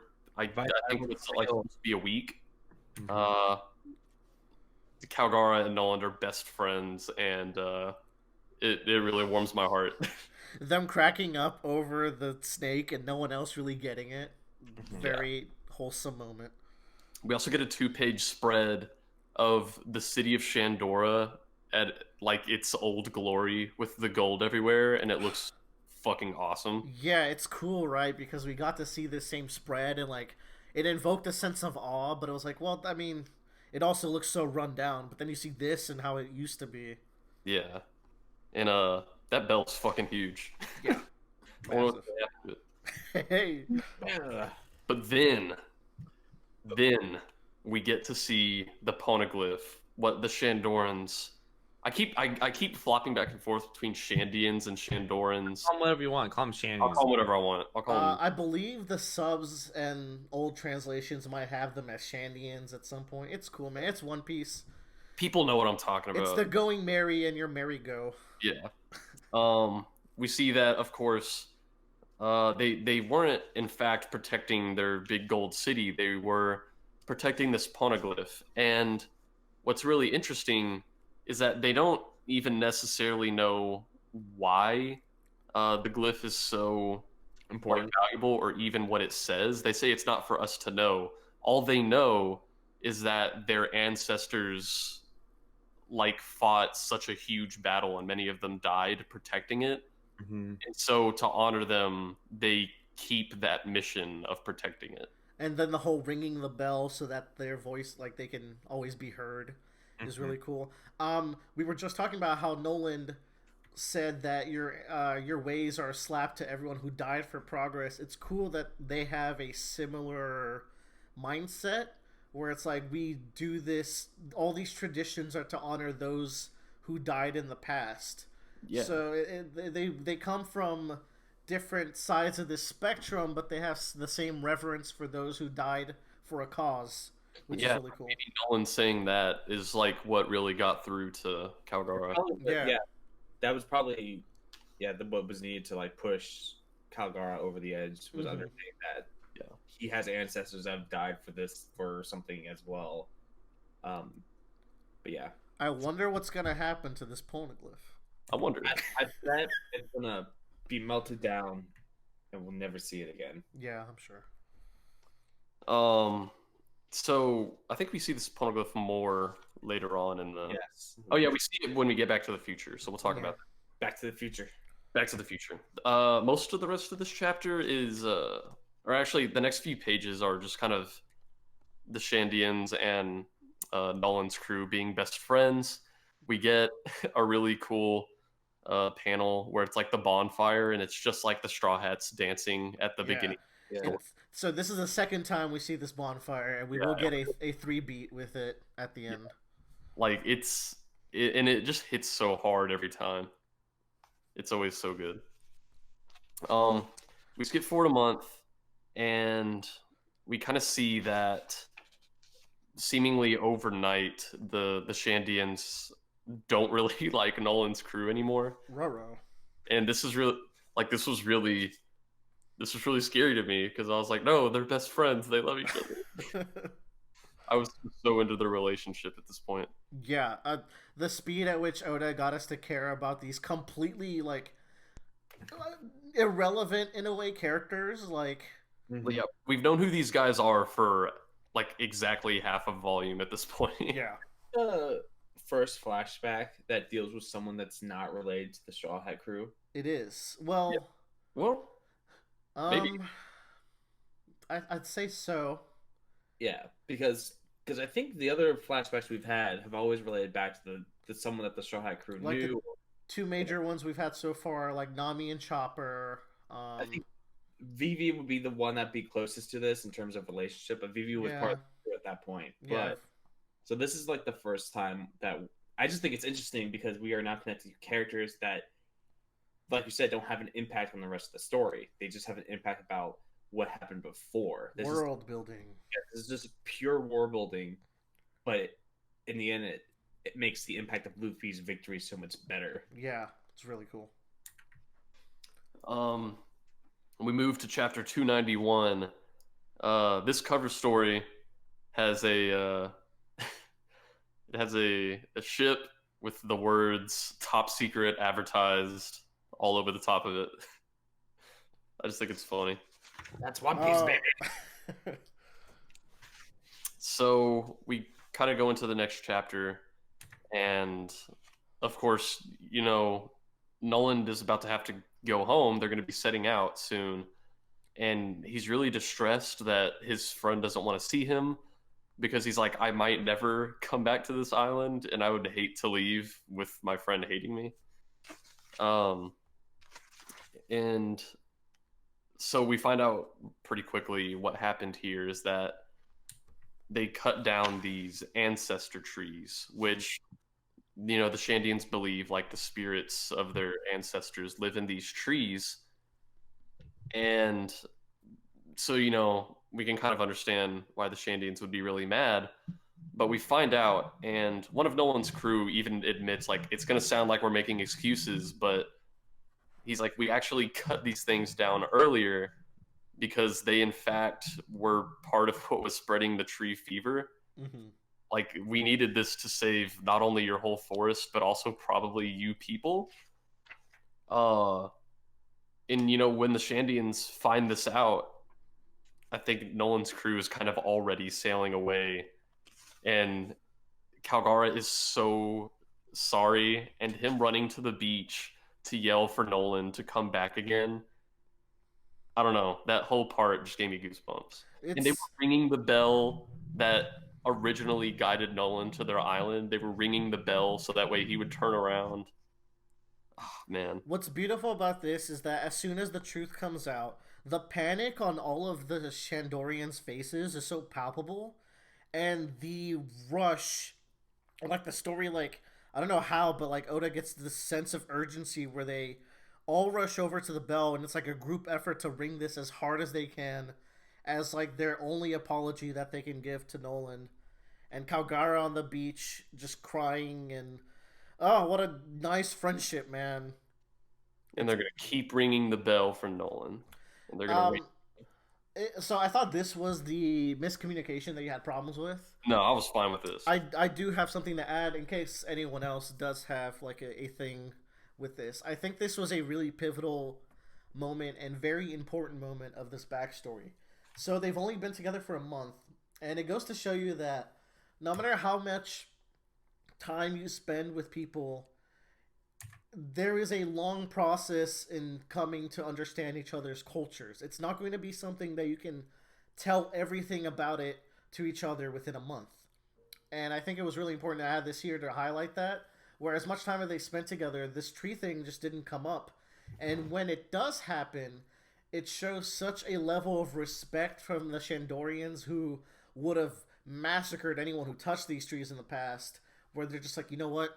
Let's just be quiet about this. We'll let them do what they're doing, and we're not going to make a big deal, because if Calgara confronts them, it will turn into a fight, and that's the last thing he does. And I think it's a really mature thing that they do. And this theme of not understanding each other fully is very related to what we were talking about earlier in Skypiea. Like, a big theme was the three sides of this conflict, four if you include the Straw Hats, all had very different reasons to get to Shandora, to get to the gold. They all had different views of what this conflict even was. And then you have Eneru, who has a completely above everything else kind of view on the situation. And I think this reinforces that theme. So I think it's really good. And what's cool also is that it's not something that is dragged out for too long. We get this story beat in about 2 chapters. And at the end of the day, it served as a test for Calgara and Nolan's friendship, which is the real reason this happened. And the fact that the friendship remains despite it all, I think, is what makes it work really well. Yeah, I never had any problems that they hadn't talked about the trees, because for Nolan's crew, they probably just like, I mean, why would we? They're just trees. They didn't know that they were sacred. Yeah. But also, like he said, a month before this, the Shandians were literally going to burn their entire crew alive. So the fact that, they didn't get massacred for cutting down these trees is a testament to how much respect they gained over that month. Yeah, it's great. Love it. And so yeah, they're gonna keep ringing the bell, for Nolan, so that way he can find them again one day, which is really sweet. I wonder what's gonna happen to them. Yeah, the story gets sadder. Chapter 292, titled "To Meet Like the Half Moon Hidden by Clouds." Poetic. I don't really know what that means. I don't know what the fuck that's talking about, but okay. So, we kind of move into Nolan is back home and he's telling tales of his travels, and clearly he's been on a lot of adventures of this kind of like scale before, and his life is so interesting that people are like he has to be lying. Yeah, it's cute. Um, Yeah, Usopp vibes. yeah. Man, I love that Usopp can now like actually truthfully say he's done all these things. Yeah, we'll touch on that later.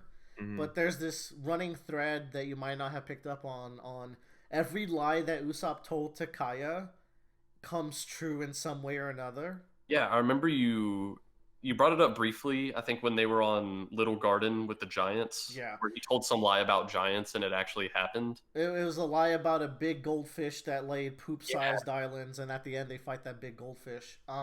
I do not want you to go back in there just because now you'll run into spoilers. So in the long future we'll revisit that. Yeah. Yeah. So man, that's Oda having his galaxy precog brain. Indeed. Nolan tells the king about the gold, and the king's immediately horny for it. So it's like, we're gonna set out, and I think we kind of already knew what was eventually going to happen. Yeah. They're gonna set out for the gold, and before they ever got there, the Shandian's land would have been thrust into the sky, and Nolan's Execution. a liar. This panel of him getting executed and everyone calling him a liar, and we know the trials and tribulations he went through and the relationships he made, and he's just worried about their safety throughout it all. Oh, that tugs at the heartstrings right there. Yeah, like that panel where he's about to get executed is just like so devastating for me. The last time we've ever seen this view is Roger's death. Yeah, it has the same framing. Like that. Yeah. Because Nolan he just has that same big dick energy. Indeed. Part of the Chad Club for sure. And then we see the Shandians land, get thrown up into the sky. And the guy who was the commie at the time, who's just a total sleazebag, is like, "Oh, we're gonna fuck him up." Yeah. Yeah. Calgar Conflict. you to bring back the light of Shandora, which is their bell. Mm-hmm. So I think the half moon thing is kind of supposed to be like the island, because half the island gets shot into the sky. Oh. The island is covered by the clouds, literally. Half the island's covered by the clouds in the sky. What? Joe, Galaxy Brain looking ass over here. But the idea being is that they're not seeing the whole truth because it's covered by something else. See, Joe's got us covered. The cover art for chapter 293, Bolero, is the Straw Hats, and they have basketballs, and it says, the pirate ain't leaving no slack. The pirate ain't leaving no slack. You know it, dog. Is that a thing people say? Ain't leaving no slack? Yeah. Oda's super hip with the kids and the culture. I like Robin just standing there, like she's not even like in a battle stance. She's just holding the ball. Yeah, everyone else actually looks like they're about to play. She's like, "Hey, I'm here." Am I doing this right? I feel like Robin would be the best at basketball because she literally could just have a bunch of hands line up and just pass the ball to them and dunk it. She could have arms on the Luffy back. can literally dunk from full court. The entirety of the court. Yeah. 3-ball style, says Zoro. Anyways, we're back at this flashback that's not quite all the way back to the present, but yeah, it's the chief telling a young wiper about kind of the history of Noland and Calgara, and that what they really need to do is bring back the light of Shandora, which of course means they need to ring the bell. Yeah. And Um, this is something that I think various people, but especially uh, I think the chief and I think Ganfor might have said it too, that when they hear the sound of the bell, the fighting will be over. yeah. So the sound of the bell means different things to everyone, but it's the end of the conflict. Like when that bell rings, a lot of not prophecies, but a lot of like wills will have been fulfilled. Yeah. There's something I really like about Wiper growing up with these stories, but I feel like he missed some of the context of the friendship. So I think he's doing it more for their glory, like Calgera. Mm-hmm. Um, He only sees the idea of protecting what is tradition and what is supposedly yours, and not understanding once again different perspectives. yeah, but I And you came feel this whole as like a slight spoiler, by the end of the arc, he fully gets it Yeah. when the realization that Nolan's descendants exist. I feel like that's when it all finally clicks with him, like all the context of the story and all that matters with it. So Onto kind of the after that half flashback, we're back fully to the present, and we see Kami Eneru is he's continuing his rampage, and he has this part where he's like, people, trees, earth, all of it, go back to where you belong. And we've talked about this before, and I appreciate like how in One Piece all these different psychopaths that Oda creates, their particular kind of psychopath that they are is very consistent, where Eneru is doing all these horrible things, but because he thinks everything has a place that it should be in. yeah. And I just think it's cool. Ooh, I can't wait for the big reveal. Oh man, I'm Anywho, for it. So kind of a lot of this chapter is the fallout of him like totally wrecking this sky continent. mm-hmm. And he decides he wants the big golden bell tower. He has kind of hoarded all the other gold, mostly to make his arc, but I think he wants that big gold bell because it's clearly like the most important thing everyone wants, and it's kind of fitting for the god to have it. it's the highest thing there. Yeah, I think at this point that's Eneru's dick move. Everything else was his psychopathy, but this is just his like, you know what? Fuck it. Let's also grab this bell. And so Luffy is like, fuck you, I'm not gonna let you have that bell, because at this point I think has Luffy already kind of made the connection, like I need to ring this bell to let Cricket know about Mhm.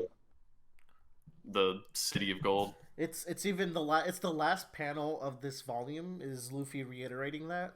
Yeah. And I think we've been talking about how this theme of context, right?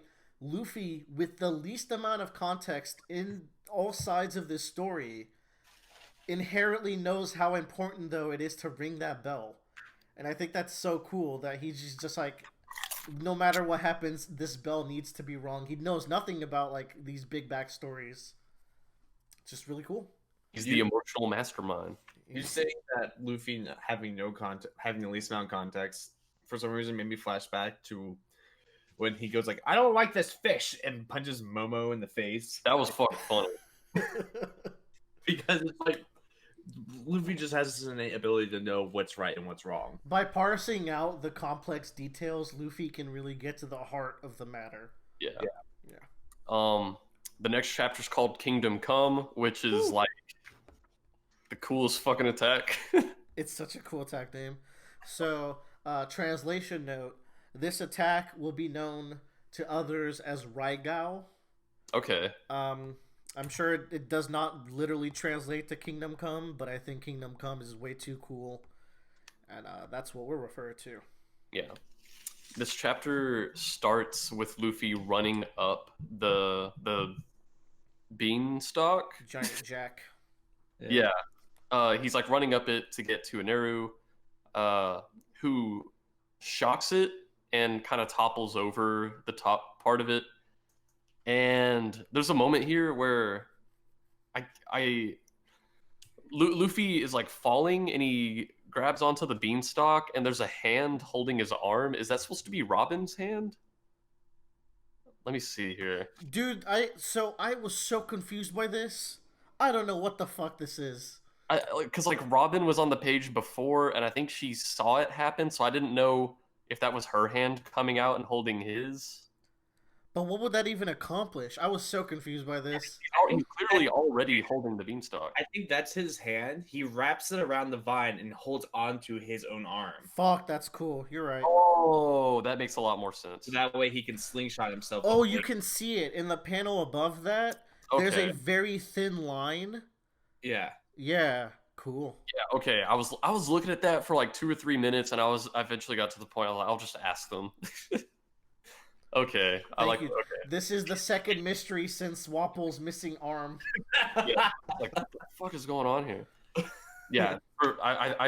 My leading theory was that Robin made a hand to grab his arm, but the only reason I know that is because that's how you would like strap some things in if you were like pulling it up a rope for like rope climbing and whatnot. Right. So, yeah. Anyways, Bradley, we continue forward. Yeah. Nami catches up to Luffy. She's like, "Hey, I'm not up there. I was actually down there. I came to get you." And he's like, "Well, I mean, it's too late now. Now I have to fuck him up." And Nami's like, "Okay, well, I mean, as long as I don't die while you try to do that, we can do it." And then Aneru has been creating his giant thunderball titled Kingdom Come, or something else for you other people. Spirit Bomb. Raigao. It really is a fucking spirit bomb. And we turn the page, and it's like a 2-page spread of the electrical explosion, and it totally destroys Angel Island. That's like, holy shit. Fucking nuts, man. Yeah. And so this is a point where I think it's so cool. Like, obviously we're not to the part where Aneru is like defeated and he leaves the story, at least for now. I think it's really cool how he does that. And this is the point where I was like, he's so strong that like we rarely, if ever, totally kill our opponents in One Piece. So I was like, I mean, if they don't kill this guy, what the fuck are they gonna do to him? Yeah. I'm like, he's just so strong. I'm really satisfied with how we end up taking him out of the story. Mm-hmm. But yeah, attack, I was like, how are we gonna control this villain? Oh, Joe. So I mean, I don't think he's out of the story permanently, because I don't think any character in One Piece would be out of the story. I cannot wait. But we'll get to his exit because there's a lot to say. Yeah. Let's move on to the next volume, shall we? Mm-hmm. Unless you got. Hold on. Oh, whoa. So, well, I think I put a sticky note on this page where Luffy has a mini flashback to talking to Mont Blanc Cricket, where he's like, I'm going up there. I want to defeat Aneru, but I also want to ring the bell to let Cricket know that the City of Gold is up here. And I just love how like Luffy is always so dedicated to whatever promises he makes. Yeah. It's just so lovely. It's wholesome, you know, like sometimes the promise keeping characters can get annoying. It's like, I'm gonna keep my promise. But Luffy's just so, I don't know, he doesn't reiterate it in annoying ways. It just works for him. Yeah, Luffy always does things by actions. Yeah, you're right. There's one part in the entirety of One Piece that happens way later where he's having a conversation with someone and he literally can't fight this person for reasons I'm not going to go into, mainly because he doesn't want to, and he has to use his words to like try to convince this person. Steven Universe, that ass. Yeah, because Luffy is like the personification of all of the like standard shonen hero traits, like, oh, I gotta eat and I gotta train and friendship and promises and stuff like that. But for some reason, whenever it's Luffy, I like it a lot better than whenever it's any other main character. Execution is more important than cliche. Cliches are good if you can execute them all. Yeah. And like we were just saying, Luffy, you know when like a character gets beat up and he's like, I was doing it for a promise. Luffy, and they'll always say it, they'll talk about how cool they were. Luffy doesn't always say what he's intending. You can just tell from his actions, and I think that's why it works. We go to chapter 295, which is kind of more Luffy pursuing Eneru, who has found the bell, and Eneru's making another Kingdom Come attack, one that's even more massive than the first one. And he says, "Farewell, Skypea." And I'm like, oh, fuck. And the volume ends with Usopp and Zoro trying to chop down this stock so that Luffy can get onto the arc and fuck up the Kami. Indeed. That was volume 1 out of 3.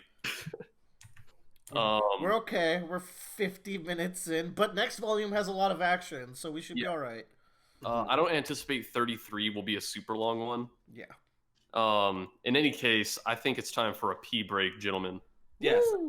And when Dr. Pepper.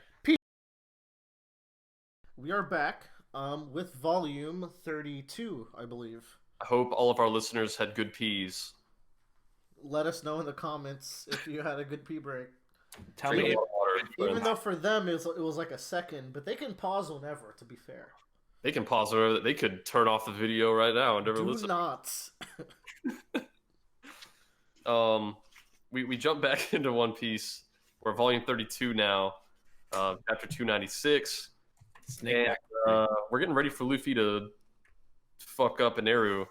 The people back down on the ground, like Robin and Wiper and them, are talking, and it's kind of cool that Wiper's now at the point where he'll actually converse with people outside of his tribe. Mm-hmm. I guess that's a parallel to how Calgera needed to be put in a situation where he could converse. Now we're like, Calgera was in a situation where the person he was talking to was defenseless. Now it's at a point where Eneru is such a threat where he's like, whatever, I could just talk to these people. Yeah, and like, you know, he learns that Luffy's going after the Golden Bell, and he's like, well, what does he want with it? And it's like, well, he wants to ring the bell. And it's like, oh, well, that's what we want too. And it's like, why does he want to ring it? And he's like, well, he needs Mont Blanc cricket to hear the bell. And Wiper's like, oh my god. Yeah, we were talking, like, I feel like this is when it clicks for him. Yeah, so I don't know. I think he kind of gets united with their cause here. And he pretty much immediately goes and uses the reject dial on the stock. And I think it's cool because, like, Zoro and Usopp were, like, giving it their all to chop down this, like, stock. And, you know, in a more realistic sense, they should have no trouble cutting this thing down because they've cut down probably way stronger things before. But kind of like how in One Piece battles are more a battle of will than anything else, I think here the beanstalk was used as a device where it's like you're only going to get past this obstacle once everyone here is on the same page. Yeah, when everyone's finally working together. Oh yeah. I think it's cool. Everything's a metaphor in One Piece, and to be fair, Zoro's cut like big fish. Like, I feel like the idea here is that this beanstalk is really tough because, like, there's so much plot relevance to it where it gains it's that weird meta storytelling thing that One Piece does. Yeah. This is no fish, ladies and gentlemen. This is no fish. I like how the snake has to headbutt it, but it's going down. And thanks to that move, Luffy and Nami are approaching the arc. This final shot with the Mamara Ragan attack looks so cool. Yeah. All of his attacks are pretty badass. Yeah. Chapter 297, cover story on this one, Ace has been found out by the... Busted. Do we get any of the chapter cover stories in the anime? No. Dude, what? This is the biggest sin the anime has ever done. Yeah, these cover stories are kind of like borderline. Some of them are borderline necessary. The only one we get is with Kobe and Hemplo after what's it called? Helmeppo. Helmeppo. Yeah. That's so as a side note, One Piece anime has to move at shit tier pacing because they don't when they do filler, it's original filler, and they don't do it often. They don't want to get stuck in filler hell like Naruto. But they have built-in filler they could be animating. They could turn any one of these stories and expand them into like 3 episodes even, and like especially when these cover stories end up becoming somewhat plot relevant. I think there's have to be necessary. I think there's 2 there's 2 cover stories in all of One Piece so far that have not come back into the plot. Like, So, I feel like if I was watching this and I saw Buggy teamed up with Alvida and I didn't have the cover story context, I'd be like, why the fuck is he with Alvida? and like these aren't even like super serious stories. It's just cool to have that connective tissue, you know? Yeah. Oh well. That's why we're reading the superior version. Yeah. So,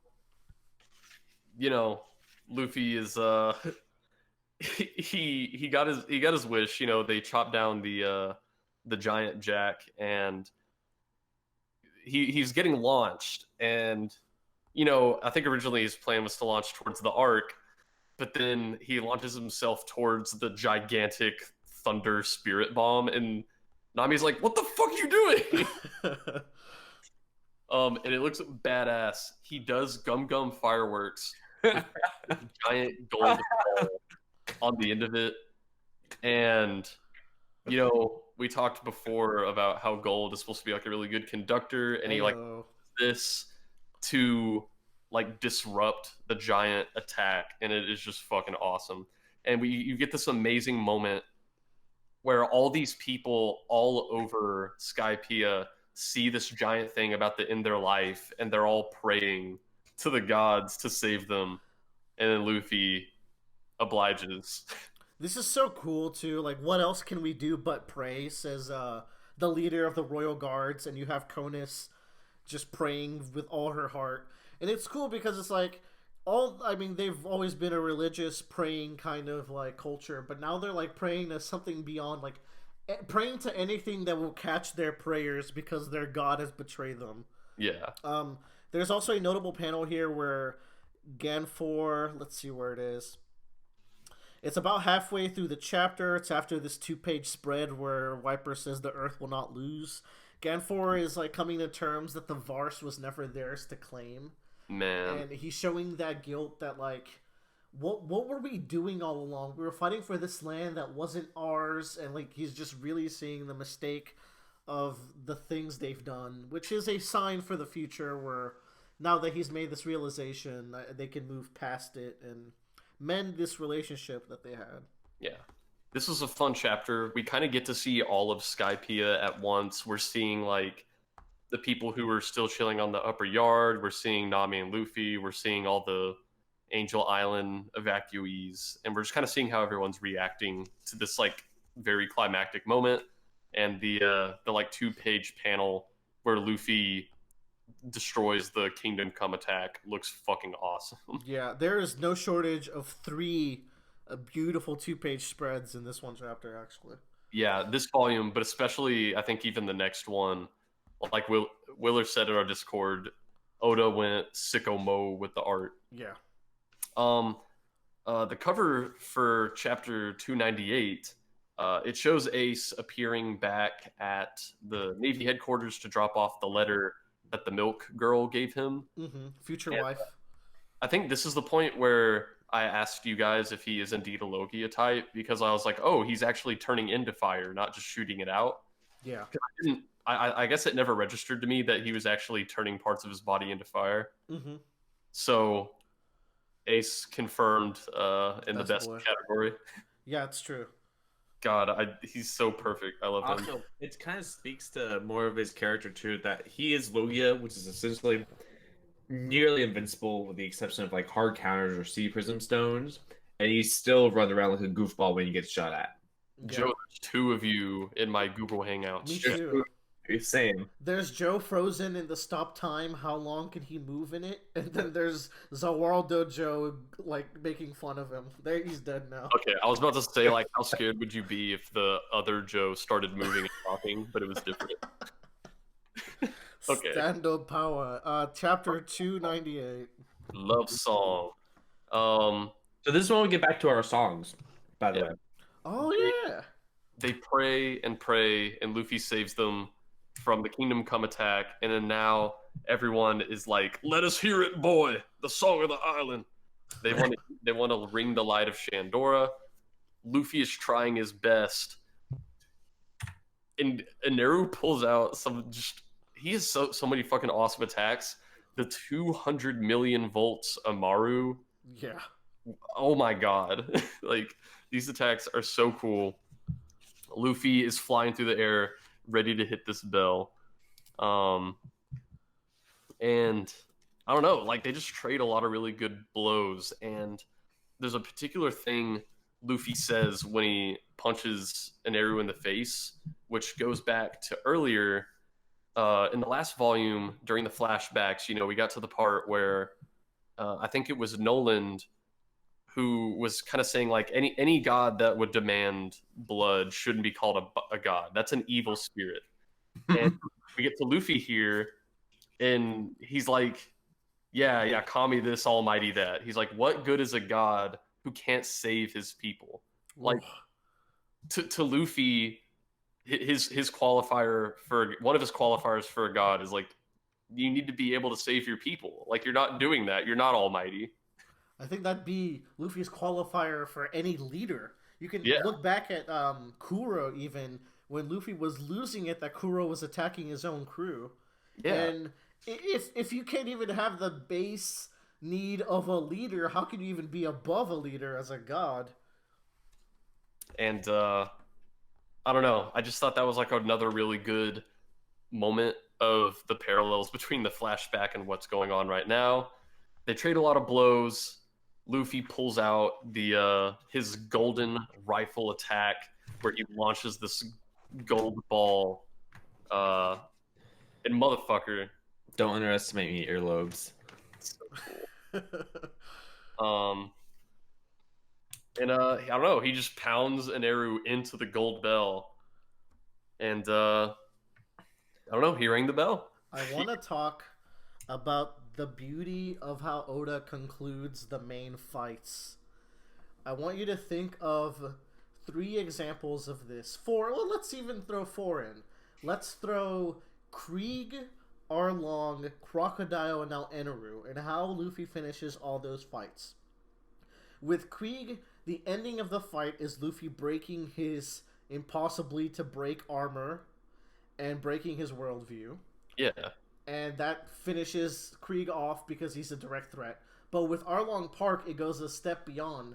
When Luffy destroys Arlong Park with the same attack he takes out Arlong, he's breaking down this symbol of the oppression that Nami had to go through.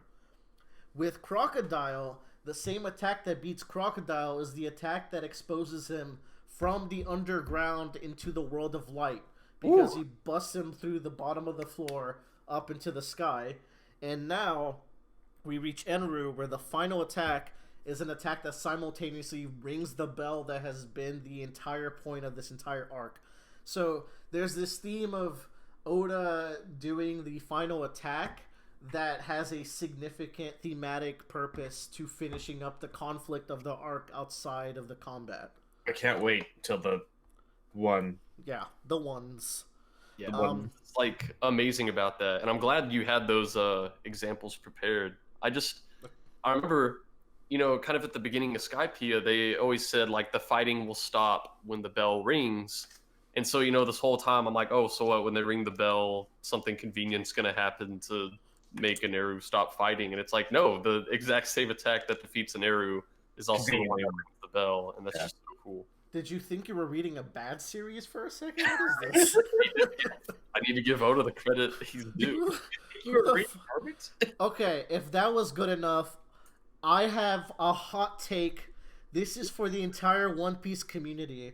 There is an ongoing theme of Luffy never having a thought bubble, right? Except this one time, Luffy has a thought bubble. Is this the only time? This is the only time. Where is it? Reach, Mr. Can You Hear It? We found El Dorado for the last 400 years. It was in the sky. Oh, I thought he was yelling that. No, so the yelling would have been and I will show you the anime clip too. It's like, It's like an internal voice. It's Oh. a thought bubble. Mm-hmm. I think that's really interesting. It's this character that and the one time we do internalize in Luffy's head, it's not a introspective thought. It's he's yelling in his own mind. Yeah. So I think that's really in character. Yeah, that's interesting. I want to also show you the clip. I think the anime does really good with the final blows of each fight, and I think this is a really good one as well. But yeah, that's what I have there for that final Let's see attack. what that looks like in the anime. Yeah. Chapter 299, Fantasia. For the cover story, the Navy captain guy gets the letter from the milk girl. She says, And, "Got milk." Yeah, she says, "Would you like some yummy milk?" Which is, I don't know, fun. I don't know what I expected would be in the letter. The most anticlimactic thing. Yeah, I don't know. I don't know what I thought it was gonna be. It's fun I think though. Oda realized that if he didn't reveal what was in the letter, everyone would expect it to be something really important. So he just made a dumb gag. And this man, the beginning of this chapter is just like all of the feel good that comes from ringing the bell, the Shandians getting to celebrate, Mont Blanc cricket, like finally, like his mission of learning that his ancestor was right and that he's not crazy. I don't know. We just get like all the resolution here. But then you get the cloud reveal of the shadow. And this was really cool. And there's a later question corner where someone asks about this because like this is like an actual. There's a name for this. I forgot what it's called, but it's like an actual phenomenon in real life that you can see at like some cities around the world just because of like I don't know, the hills and the way light hits the city, where if you stand in certain places, you'll like make a giant, like very human looking shadow somewhere else far away. Someone asked about it in the question corner, and Oda said that was part of his inspiration for doing that. Mm-hmm. I had looked it up, and I was like, wow, that's actually really cool. Indeed. And it's just really cool because, like, those mysterious big shadow men were just Skypeans where the sun hit right. Yeah. That's amore. And then we get one of those giant shadow versions of Luffy. Yep. Which is really cool. That's how they can conclusively say that Luffy did it too. It's just great. Yeah, and so everyone kind of gets to rendezvous together. I don't know. We get a really cool, just like few panels of like everyone's relieved and Nolan like laughing next to everyone in the modern day, and it's just like a fun everything came together moment. I believe the volume name. Each volume has names, which we never bring light to. I believe the volume name is "We're Right Here," right? Or "We're Still Here," which is what Luffy's or what the narration says here. Or this volume's called Love Song. It might have been the one before then. Yeah, and this chapter is called Love Song, or no, the chapter before was called Love Song because that's what they called it, like when they rang the bell. Yeah. Chapter 300. Done 300 of these things. Big 300. We're currently, so just fun fact, Bradley, just so you know what's up. We're currently on chapter 965, Joe? 966. God damn. So you're getting there. You know what's funny? When you were like, if I read 3 volumes a week, I was like, no, it wouldn't take that long. It would still take 20 weeks. So yeah. Yeah. What was the first One Piece episode I did on the podcast? What was that? Did we start at the beginning? Yeah. What? We made an episode for the beginning of One Piece? Yeah. Mm-hmm. We talked about Romance Dawn, and we talked about Zoro and everything about that. You were talking about how good Romance Dawn was. I was like, what the fuck is this dork talking about? He doesn't even know. Yeah. So, the first chapter of One Piece is probably my favorite opening chapter of any manga. I don't know if this will surpass any manga I've ever read before, but we'll see what happens. Yeah, it's great. You should go back and listen to that. I'm sure you get a kick out of it. Yeah. 300 chapter special of One Piece. Man, Woo. Romance Dawn is such a fucking cool name for a beginning. Indeed. Mm-hmm. Oh, cool. I think this is the conclusion of Ace's cover story. Mm-hmm. It's cool to see him in his banana boat again. God, he's so cool. Yeah. we kind of see. Oh, this is cool. So all the Shandians and the like Angel Island people are kind of coming back together. We find out. Oh, you know what? Here we go, guys. No one dies in One Piece. Jonas' dad is still alive. No one dies in. I'm sorry to say. And No one I don't know. If you're not in a flashback, you're safe. Like, Yeah. obviously, I love this guy. I don't know. he had a heroic sacrifice, and I don't know, like, if Vegeta in the Majin Buu arc, if he did that really cool sacrifice, and it didn't actually kill him, it wouldn't have had the same impact. To be Bad fair, example. back. Bad example in a series with revivals, but it's more like certain character in Hunter x Hunter, for example, and stuff like that.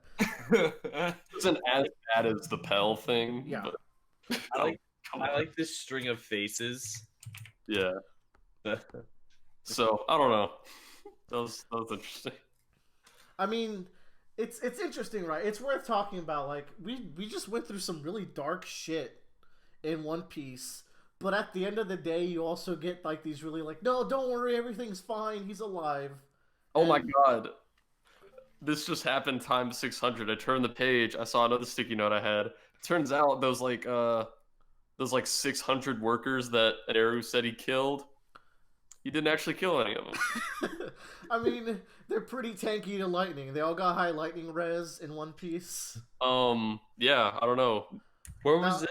Now, Bradley, I promise you, I will say this. No one dies in One Piece until people die in One Piece. Okay. And then people really die in One Piece. I was like, yeah, I don't know. He blew up a continent, but he can't kill a single one of these guys. Let's say that Oda is kind to us until he's not one day, and then you're just like, whoop, I guess this is life now.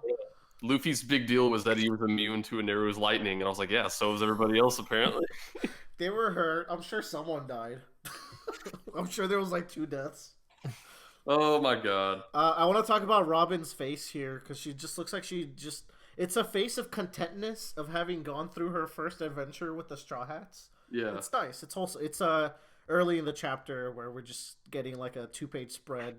I think like 6 pages in or so. Yeah. After we find out that Eneru's a bitch who wouldn't be able to kill a fly. We finally find out what Endless Vars is. Mm-hmm. He's flying to the moon. It's the fucking moon. Makes so much sense. He's flying. Tyler's not a crazy person anymore. Yeah. It's an even bigger Vars that's floating even higher, and it's like a celestial body. So he's like, oh, obviously that's where gods belong. That's gotta be an interesting thought where you're living in this kind of cloud city, and you know there are things below you that's a land, and you know you're above it. So like the only assumption, therefore, is there's something else above you. If you think about it, because if you have it on the ground, people don't believe that there's something above them. There's not a sky island, so they have to believe. They're like, oh well, if we're above something, something's got to be above us. Like that's their train of thought. It's so interesting because to us the heavens is the limit because we're the highest. Yeah, and I'm gonna confidently say, don't come at me, conspiracy theorists, that there aren't sky people above us currently. So we're at the highest point, right? And it's cool to think that like this culture that is even higher than us, they also look into the heavens above them. And it's like, oh, there's something higher. And what's cool is in the very first time we talked about Skypiea, Joe brought up that to the Skypieans, Vars getting launched into the sky is like, this is a miracle. This is the coolest thing. We're getting a piece of the people below us that we can't interact with very often. And it's cool that that little piece of Earth, it would seem so insignificant when above them there is this endless amounts of Earth that they don't really understand, but this god is like, that's where I belong. And it serves as like a last misunderstanding. Mm-hmm. But this one's between the reader and Neru, because you look at this and it's like, what the fuck is going on through your mind? You can understand it, but it's such a bizarre goal that totally fits, but it's so different than anything you would have expected. I like And- this. Like, we knew he was a psychopath, but this is the part where I'm like, oh my god, he's like actually fucking crazy. Look at his face. Yeah, his face here, he doesn't. He feels even less human here than he did before. I'm like, no, he's actually out of his fucking mind. He's showing this reverence to the moon. Mhm. It's like he's like a Dark Souls Bloodborne character looking up to like the sun or the moon, just like musing about it.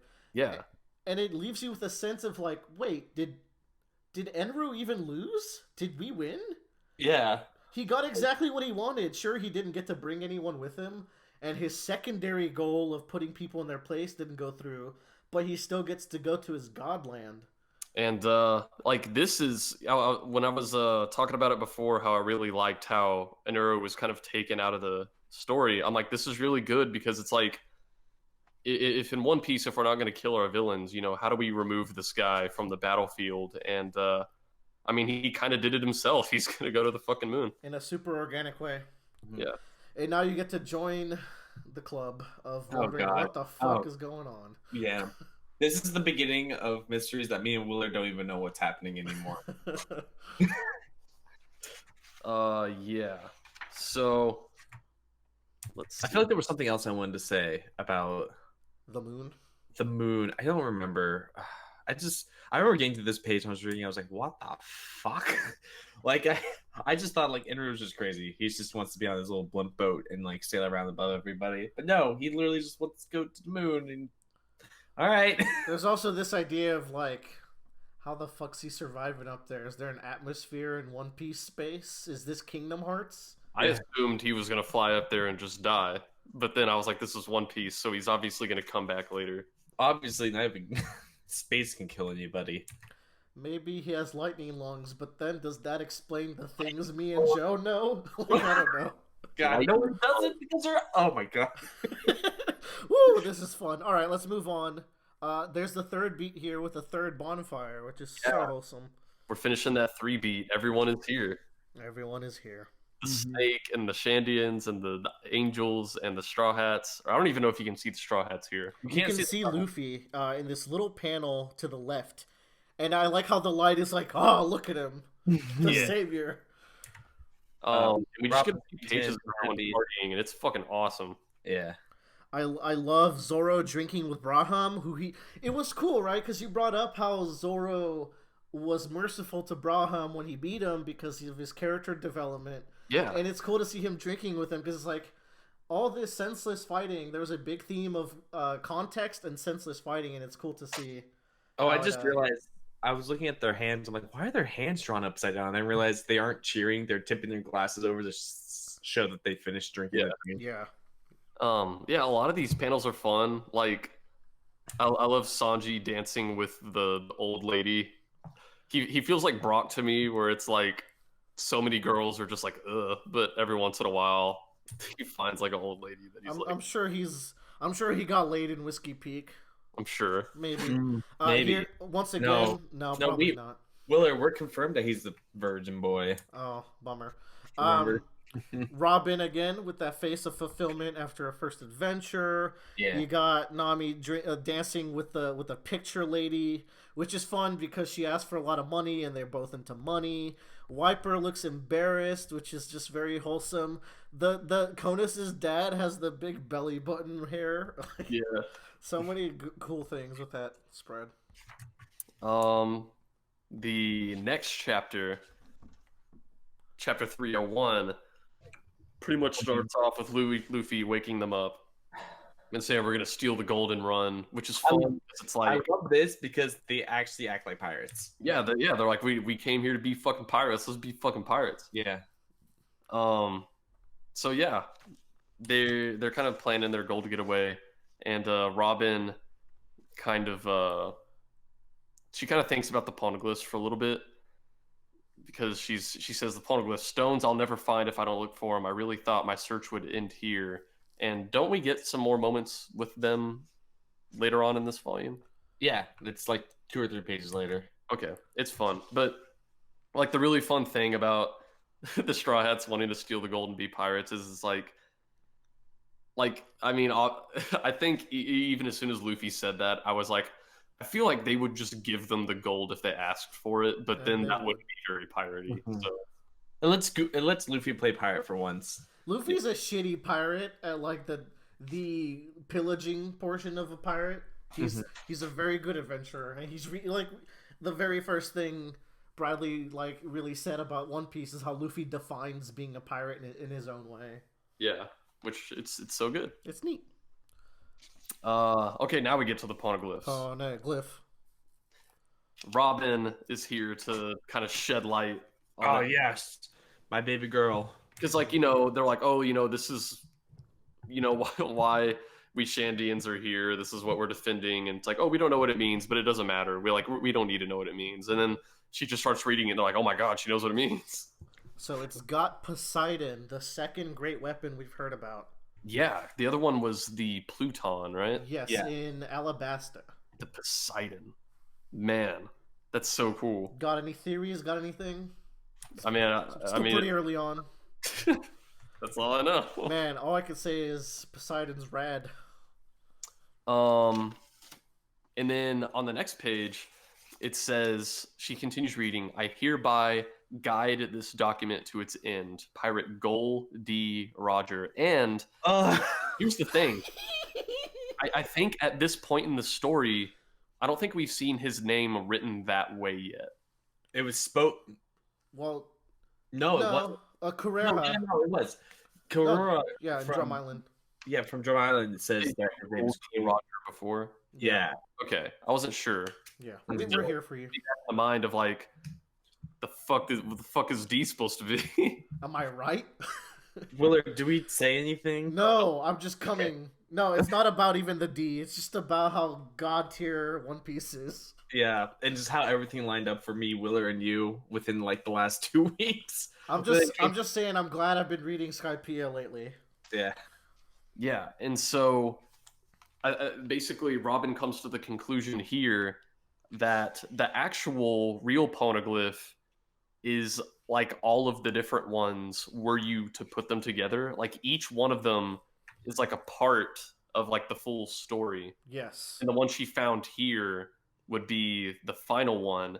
And the fact that Goldie Roger was like responsible for one of these things is super cool. Like he's tied in with this big deal. I mean, he says he guided the message of it to its end, which is a very cryptic, mysterious way to leave that message too. Yeah, so this puts us with a cool tie between Roger and the poneglyphs, or whatever's going on there. Mhm. These are clearly important, so Robin's importance to the crew is even heightened now. Yeah, and it's a lot of fun that just like one of the first ones we see in the story is supposed to be the last one in this hypothetical document made up of the poneglyphs. So it's pretty badass. Very cool. Also, we talked about how 20 years ago, a group of prominent Blue Sea pirates were in the island. We now get the confirmation that those pirates we heard about earlier in the arc were the Gold Roger pirates. Man. Cool. Neat. And Anyways, yeah, over. Let's get the Water 7. and basically like, obviously this poneglyph is meant to convey a message that these people couldn't read, but whenever she reads it, it's kind of like message received. This poneglyph has fulfilled its purpose. It exists, like it was brought to where it's supposed to be. So they're like, it's mission's fulfilled. We don't have to fight anymore. Yeah, they it's kind of like a relief of the tradition off their backs now. Yeah. Because they're in a whole different area, the whole perspective of life, and they can move forward now. And they're not stuck with the thing that caused so much conflict. Isn't it wonderful that like it took us 6 volumes to get here, but you get this really complete, rich story. Everything's tying up really nicely. Is Skypiea 6 volumes? It's like 5 or 6. Some shit like that. It's the longest arc yet. Yeah, that's true. So Robin kind of has her new quest. She needs to all the poneglyph documents that she's read. She needs to get them to like together to like find that information when she gets to the Grand Line. to Raftel, which have we seen the name of this before? We have. Raftel is the final island Yeah. of the Grand Line. I It figured is. we had seen it before. It sounded familiar. So I want to put this in your head early so you're not confused later because this is actually news that we very recently got, but we only got it through a movie, and I don't think this is a spoiler. Okay. Do you think, Joe? I don't.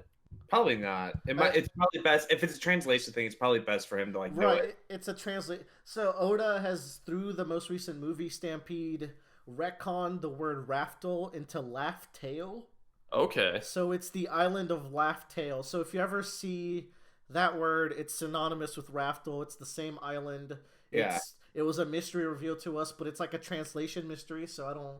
It's I'd rather explain it early as opposed to later. It also comes. It's another thing where like R's and L's in Japanese are translated as the same or something like that. They're interchangeable in a way. Yeah, so like you could read it as Laftel. Yeah, as well.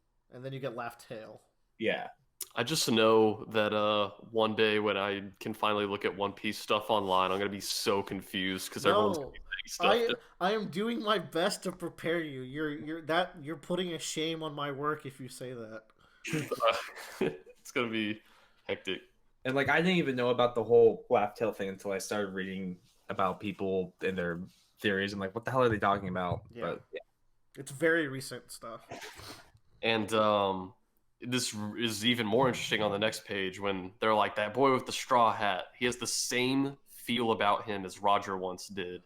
And she says his name is Monkey D. Luffy, which, one, it's really cool because all these people are like, oh, he has the same feel as Roger. And that's like, oh, he also has the D in his name.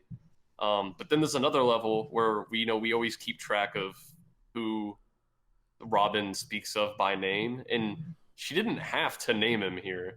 She could have been like, oh, that's my captain, which I feel like she would have done with anybody else. Like, if someone commented on Sanji, she wouldn't have been like, that's Sanji. She would have been like, oh, yeah, that's our cook. That's just like, but yeah, she's been calling Luffy since, what's it called? Alabasta. Yeah. Mm-hmm. So, yeah, like D, the letter of his name, that can't be a coincidence, blah, blah, blah. It's really cool. And she says, I'm sure Luffy's destined to make his mark on history, and we know how much she loves history. She probably wants to be a part of history with him now. So I'm glad we're getting here. I don't think it's spoilery to say that, and you can get a sense of this, that D is like the biggest mystery, or like one of the biggest mysteries in One Piece. We've seen it all over the place now, and it's cool as you piece it together. Like, we're getting to a point where, like, I think I know what it means, but it's cool. We'll keep pointing out, like, we instances in which D pops up, because it's a cool mystery to piece together. I'm trying to think. We know Gold D. Roger, Portgas D. Ace, and Monkey D. Luffy. Do we know any other? We know Boogie D. Clown. That's a joke. Man. But that would be great. I believe that's all the D's we know. It is. Now. Wait. Yeah. No, not yet. We haven't been introduced to the next one. Okay, cool. Okay, the next one is at the... Shut up! It's at the end of the One Piece. It's the end. Yeah, there's no D's until the end. Yeah. Everyone's stealing the gold, and there's this panel where they're running away. They're all running away together with the gold, and I don't know. I put a sticky on it just because of Zoro. I just love whenever he has a genuine smile on his face. Yeah. Yeah, he's such a rough and tough guy that I love seeing some genuine smiles from him. He's such a badass. And then chapter 302 is straight up called finale. Yep. That's the last One Piece chapter. Yeah. Man, One Piece was a good manga, guys. Yeah. I don't know. I don't know what we're gonna do on the podcast now that One Piece is over. Now all the podcasts will be an hour long, and we're just gonna breeze through them. Mm-hmm. This is the actual last part of the Ace cover story. I think the little girl's parents were part of the Navy. I don't know. It's fun. I think we're kind of we're kind of like concluding what Skypiea is going to look like when the Straw Hats leave here. One thing that's a lot of fun is Isa. It is Isa, right? Yeah. Um, I remember, I think on a previous podcast, I was like, I'm 60% sure she's going to end up being Kami. And I said that just because she has really powerful mantra, but I think obviously Ganfor is their pick here. Yeah. It is fun though. So let's see. She looks okay, yeah. She says she wants to be just like Luffy when she grows up. And it's funny, on the next page, her hair, but especially her face, looks just like Luffy. Yeah, that is such a Luffy smile. I don't know. I think it's a lot of fun. I don't know if it means anything, but I love it. I can't wait for her to be the protagonist of One Piece 2. Dude, what if? 2 Piece. 2P? On a side note, Bradley, I heard Ward is currently longer than Worm. Can you Yeah, believe that shit? I saw that on the subreddit. Apparently, it surpassed Worm in length, which Fuck is that. very attractive to me. Jesus. All right, moving on. Scary thought. So yeah, the Shandians and the Angel Island peeps are gonna live together in harmony now, because there's not necessarily a reason for them to fight, and they kind of have to. It's well-deserved harmony. We go back to the Merry Go, and everyone's kind of saying what they're going to buy with their gold, and I think it's a lot of fun. It's just more characterization for all of our Straw Hats, all the things that they say they want. Like Usopp wants his cannons, and Sanji wants his refrigerator. It's a lot of fun. Yeah, Usopp wants to invest in the ship, Sanji wants to invest in his profession, and then Luffy's just goofing around. Yeah, I want a big old statue. This little gag with them dropping off is such a fun throwback to when they fell off in the ball trial. Yes. Because like it even does. even the Mary's eyes are popped out. It's great. They get the back shot of all of their eyes just. And it's a really fun send off where all the inhabitants of Skypiea ring the bell for Luffy as he's leaving, so that way he'll be able to come back someday, just like Nolan. That's very beautiful. All right, anime interruption time. Wee woo, wee woo. At this point, when they drop off in the anime, they actually drop off in a marine base called G8. What? This is important to bring up because G8 is notoriously considered the best filler arc in One Piece. Whoa. It is so good that people like it as much as normal arcs. Damn. So I just wanted to bring that up. That yeah, this is the point where the G8 arc takes place. If you ever want to go, What happens? it's just a fun time where they're goofing around and sneaking around a base. I actually haven't watched G8, but I've only ever heard really good things about it. All right. Well, shit. Yeah.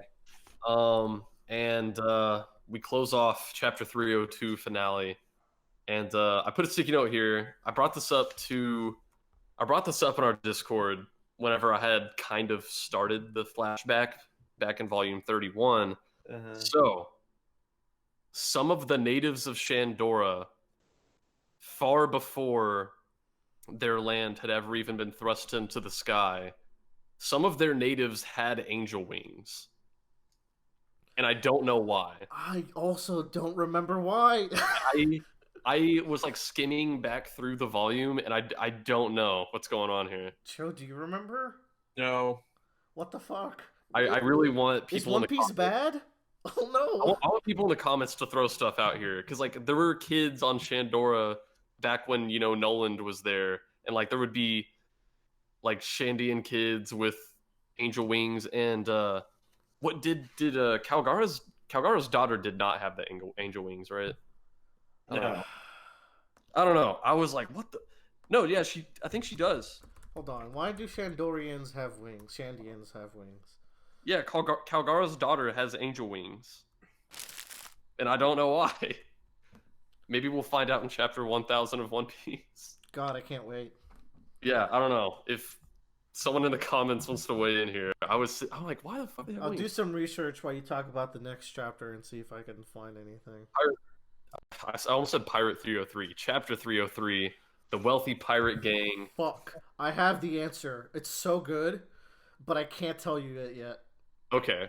So at least there's an answer. Of course there's an answer. It's fucking Oda. I'm glad. I was getting scared. Well, this next chapter gets into some real shit really fast, y'all. We see Mont Blanc Cricket, you know, his life's goal is kind of completed now. So him and his monkey brothers get to choose a new adventure. We go back to town. Interlude chapters. Dude, Bellamy is getting fucked up by none other than Doflamingo. Don Quixote do Flamingo. Holy fuck, dude. This is the first time we've seen him, yeah? No, or did we got the Shichibukai meeting, right? Yeah. And he's even asking about like a sky island here. It's like, does he want you know what's funny here? There's like a shot here where you're like down towards the ground and Doflamingo's sitting up on a barrel and he has hairy legs, and it's funny. I think in a question corner a few volumes ago, someone was like, how come you never like draw hair on people in One Piece? Like they don't have any armpit hair or anything like that. And Oda's like, I'll try to draw more hair on people. Sanji has leg hair and Doflamingo have leg hair. Those are the 2 leg hair characters in the story so far. So I thought it was fun. But yeah, like the fact that here is like, holy shit. And then it's like, he's looking for the Sky Island, or he talks about it at least. So it's like, is he looking for the island, or is he looking for the Straw Hats? Like, what are we doing here? But we don't really get the time to find out. We're gonna go back to the Straw Hats, but that's just Oda doing like some really fun teasing. Doflamingo is fun. He's a lot of people's favorite antagonistic force. He's cool. I know Tyler really loves him. Yeah. We also see that the Straw Hats have a lot new, like really good versatile gear. Like Nami has the Waver, and we have Usopp saved a bunch of dials, and these even get use in the next volume, which is really cool. So as we go through the story, we're just kind of like increasing their arsenal here. Really cool. I like how didn't he trade rubber bands for the dials? Yeah, he trades rubber bands. He was like, these rubber bands were integral in taking down the Giant Jack. And so they kind of realize that they ought to spend money repairing the merry-go because it got fucked up pretty bad in Skypiea. And Luffy says, let's add a carpenter to our crew, which I think sounds awesome. I don't like see the only people I ever knew before starting One Piece, the only people I knew were going to be in the crew were like, you know, Nami, Zoro, Sanji, and Chopper. Like I never knew Robin even existed or that she would join the crew. Oh, this is so good. So I don't know if we're gonna actually add another full-time crew member. Oh man, man, dude, I'm so excited. Every crew addition from this point on is so fucking fire that and I can't wait to hear, because you now get to enter the point of One Piece where this is around. We're getting close to the point where I started One Piece, like the point at which I caught up. Yeah, and I've been reading weekly ever since.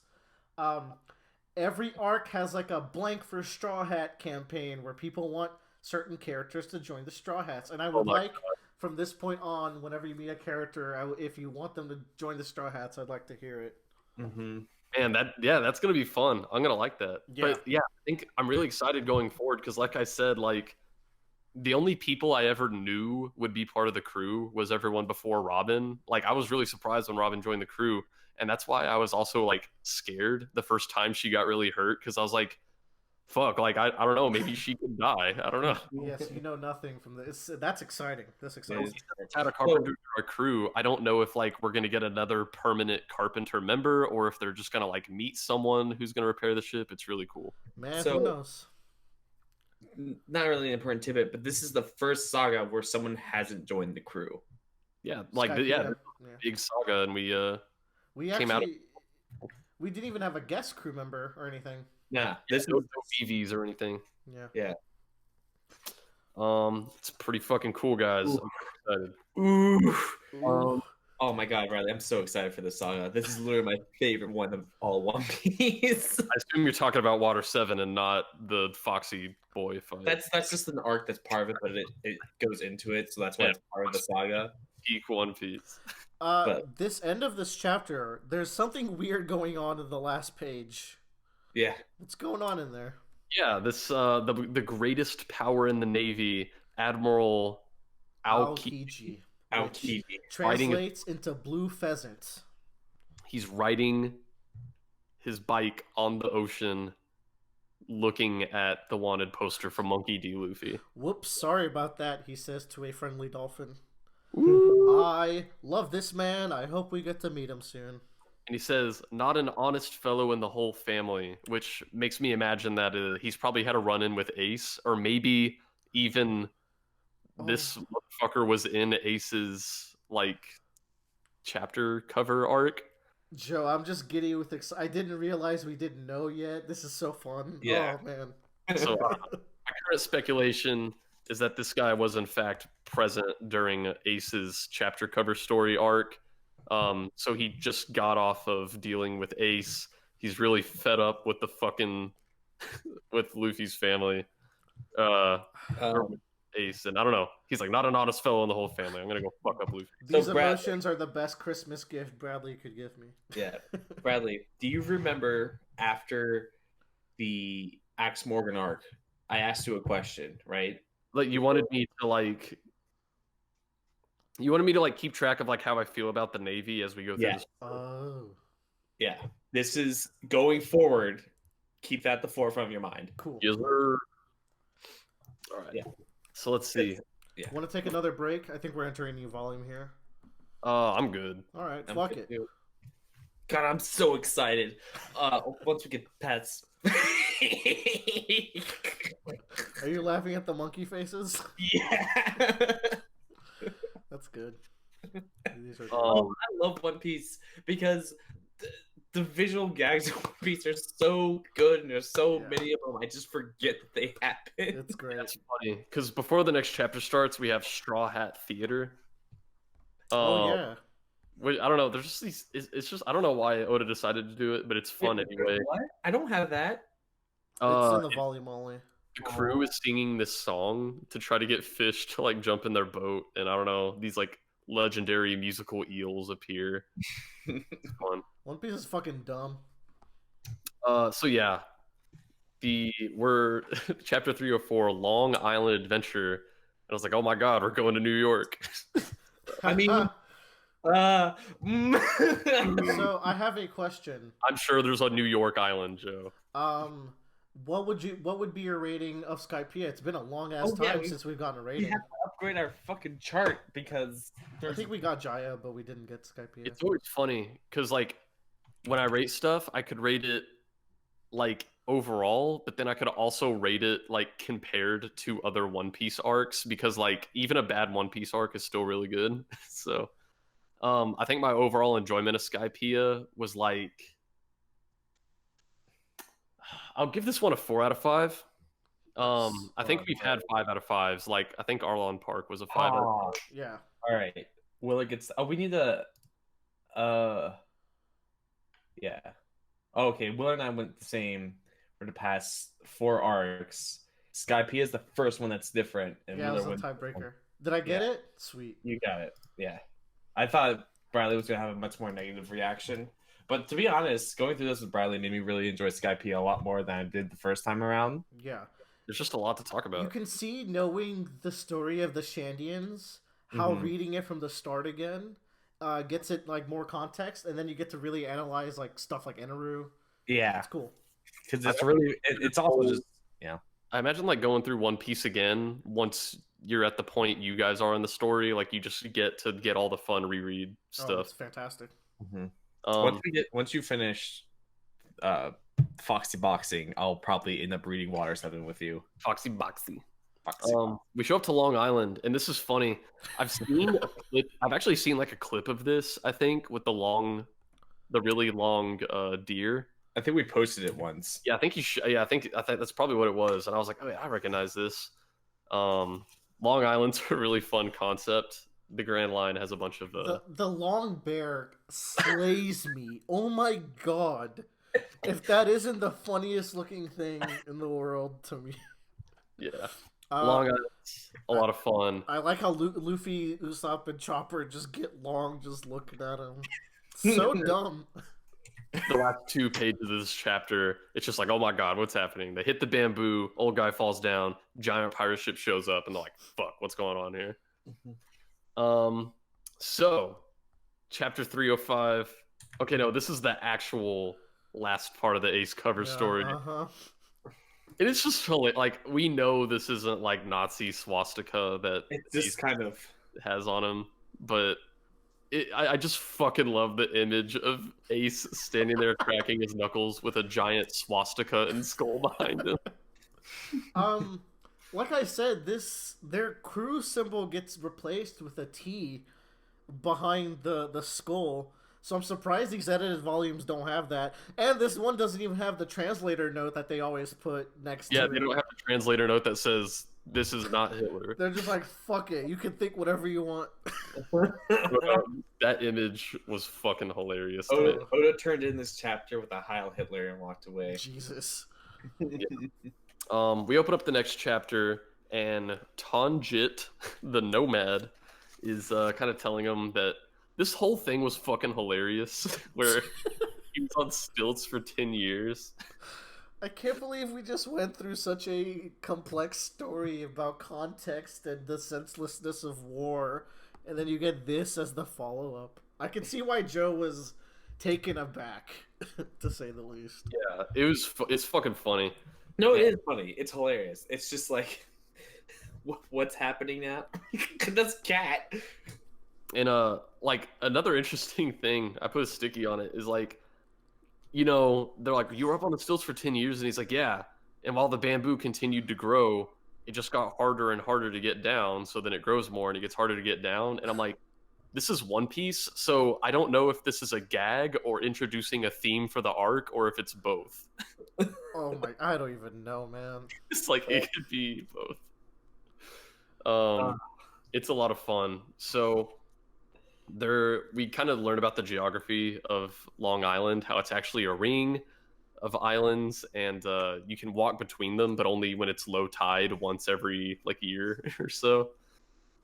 It's just a really cool idea for the island. And like we're about to get to, there's 2 pages where I get so many emotions in the span of these 2 pages where Tanjit is reunited with his horse, and I'm so happy. And then it shows the mini flashback where the horse was alone and waiting for him, and then I'm so sad. And then it cuts back to them being together, and I'm so happy again. And then the horse fucking gets shot, you guys. This has to be like such well executed intentional whiplash. Like, you gotta give credit to Oda here. It is 100%. This is Omega level threat level whiplash right here. I was so not ready for this. Like, okay, you're allowed to shoot people in stories, but you're not allowed to shoot animals. Yeah. Not okay for me. The Iraqi treatment of like, oh, you want to set a bad guy as a bad guy? Make him kill an animal. Yep. Oh my god. Shooting this, I was so worried, and then like I had to console myself, like, no, if we didn't kill those 600 people, we're not killing this horse. I was like, the horse is gonna be okay. Oh goodness. I was like so distraught for a minute. And then we meet Foxy the Silver Fox, who is just a skeezy. He's such a slime ball. Just looking at him, what a design. Such a slime ball. Portia's hot though. I like her. Bradley said some choice words about Portia the other day. I said I'm just gonna say it. I said I want. Willard said, "Man," I said this thing, and Will was like, "That is on brand." I was like, "I want Portia to poke me in the face with her nose," and Willard's like, "Yeah, okay." That's a Bradley, all right. And then also Hamburg, which I just realized his name is really fun considering an attack he does next volume. Indeed. I do like these character designs. They all look really cool. Mm-hmm. That's bold. A lot of people would come in here and say these are stupid. One Piece sucks. How can y'all read this? Like, Foxy is one of those characters that just gets those vitriol reactions out of people. Like, it is like they do look stupid, but like they're so lively too, though. Like, because there's so much going on with their designs. They're easily identifiable. Yeah. Like, the crazy thing about One Piece to me is at this point he's probably drawn like hundreds of characters, maybe more if you count background characters, and everyone, including the background characters, is like very distinct from one another. Unless they're a woman who is young. Well, yeah, you know. But like, hey, at least Portia dresses very differently. That was amazing to me back in Alabasta. Like, there would be people in the background, just people who live in the city, and like from chapter to chapter, you could pick them apart because they like consistently look the same. It's Totally. kind of amazing. Yeah, So Oda, maybe Oda not so bad. maybe. And basically, he challenges Luffy to a Davy back fight duel, and we're gonna find out what that means in the next chapter or the next volume. Everyone buy Dragon Ball Full Color Saiyan arc. Cool. Can do. I'll just experience the Saiyan arc for the 17th time. I think you need 117 time more. What I don't. Oh, I think the previous volume. Oh no, they advertised Jocko the Galactic Patrolman. Which I have never heard of until now. So Bradley, Hey, this arc is the most confusing and out of place thing in One Piece, in all of One Piece. This is the most hated arc in One Piece. I'm just gonna preface by saying that. I can believe it. There's a second arc that people also dislike later on, but it also has such rich themes that they're like, all right, it's not as bad as Foxy. Yeah. However, you are on a podcast with the world's singular defender of the Foxy arc, and you will hear from me, sir. Yeah, and I got things to say. I don't even dislike this arc because I think all the fights that go on here are actually really fun and entertaining to watch.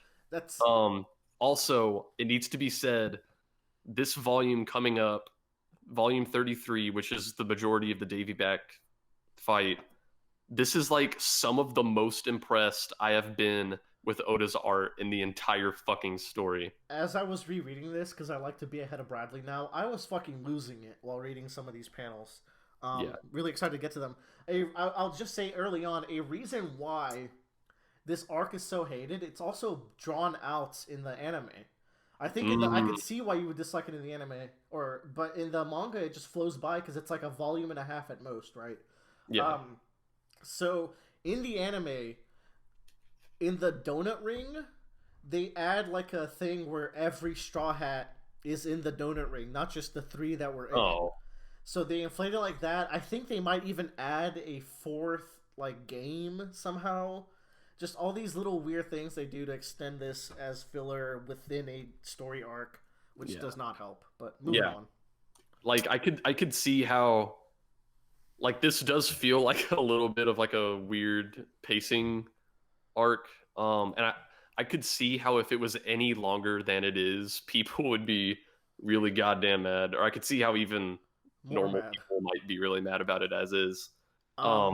I did catch some interesting thematic things that I'll try to bring up here because I was surprised. I was like, oh, there's actually some stuff going on in the background that's kind of hard to catch. Yeah, so I'm probably going to be going through this volume quicker than we would normally go through one, but I want you to bring that stuff up when I mean, the first thing I have to say about this arc is chapter 309. So we're on 306, so it takes a while to even get there. Okay. The earliest sticky note I have is whenever they're explaining the Davy back fight, or a lot of the Straw Hats are like, okay, what the fuck is that? And Sanji actually knows what it is, and I really like this where, like, of course Sanji would know what it is. He worked on a boat with pirates coming to and from all the time, and his chef was an ex-pirate. Yeah, he just does a really good job of, like, Oda, that is, does a really good job of like keeping the characters like consistent and making the world feel lived in. Like, of course Sanji's gonna know what the Davy back fight is. It's just really cool. What's this next sticky note I have? Oh, okay. This is funny. So luckily the horse is okay. It didn't die. They look over back at it. Tanjit's giving a thumbs up, but the horse is also giving a thumbs up. Which is fucking funny because it's a hoof. There's just like a little growth coming out of his hoof. There's like a little growth coming out of his hoof, and he's giving a thumbs up. So I'm trying to find that. Where is that? It's on page 10 or 11. Thank you. Where is it? Yeah. I just think it looks hilarious. Oh, that's great. I don't know. I love it. If there's anything I think anyone could defend this arc for, as it's got like a lot of humor thrown into it. Yeah. So they kind of detail, well, they don't detail like what each challenge is yet. They just name each challenge and they show us what the split ups are going to be. And I feel like something that I always bring up anytime we go into like any mini arc is Oda just picks really fun split ups. Yeah. Or um, he just picks really fun ways to split up the Straw Hat crew. Because like for the first event, like you have two people, Usopp and Nami, who are like the weakest combatants, and you have Robin, who, while she can be really strong, she's gonna be on the water, and she's a devil fruit user, Yeah. which is scary. I Round think, two, yeah, more importantly is round two. Yeah. There's been this undercurrent of Zoro and Sanji's rivalry, and like it's been there for so long, and it never gets fully addressed aside from them like kind of just shitting on each other all the time. And then you get this event that is going to be just them, because spoiler alert, Chopper actually won't be a part of it. Yeah, because like you said, it's kind of been on the back burner in the background where Oda has them shit on each other just often enough so that whenever we get to this arc, it doesn't feel jarring when it seems like they totally hate each other. Yeah. So it's really cool. And then of course Luffy gets to do round 3 combat. Of course, yeah, and on the big boy. Ooh. So this is really cool. We look at the team that they're going to be going against in the donut race, and I think this is the first time we've seen a fishman since Arlong Park. Yeah, you're right. Yeah. And so I forgot, are fishmen natural or were they created? Did they come No, from they're natural. They're natural.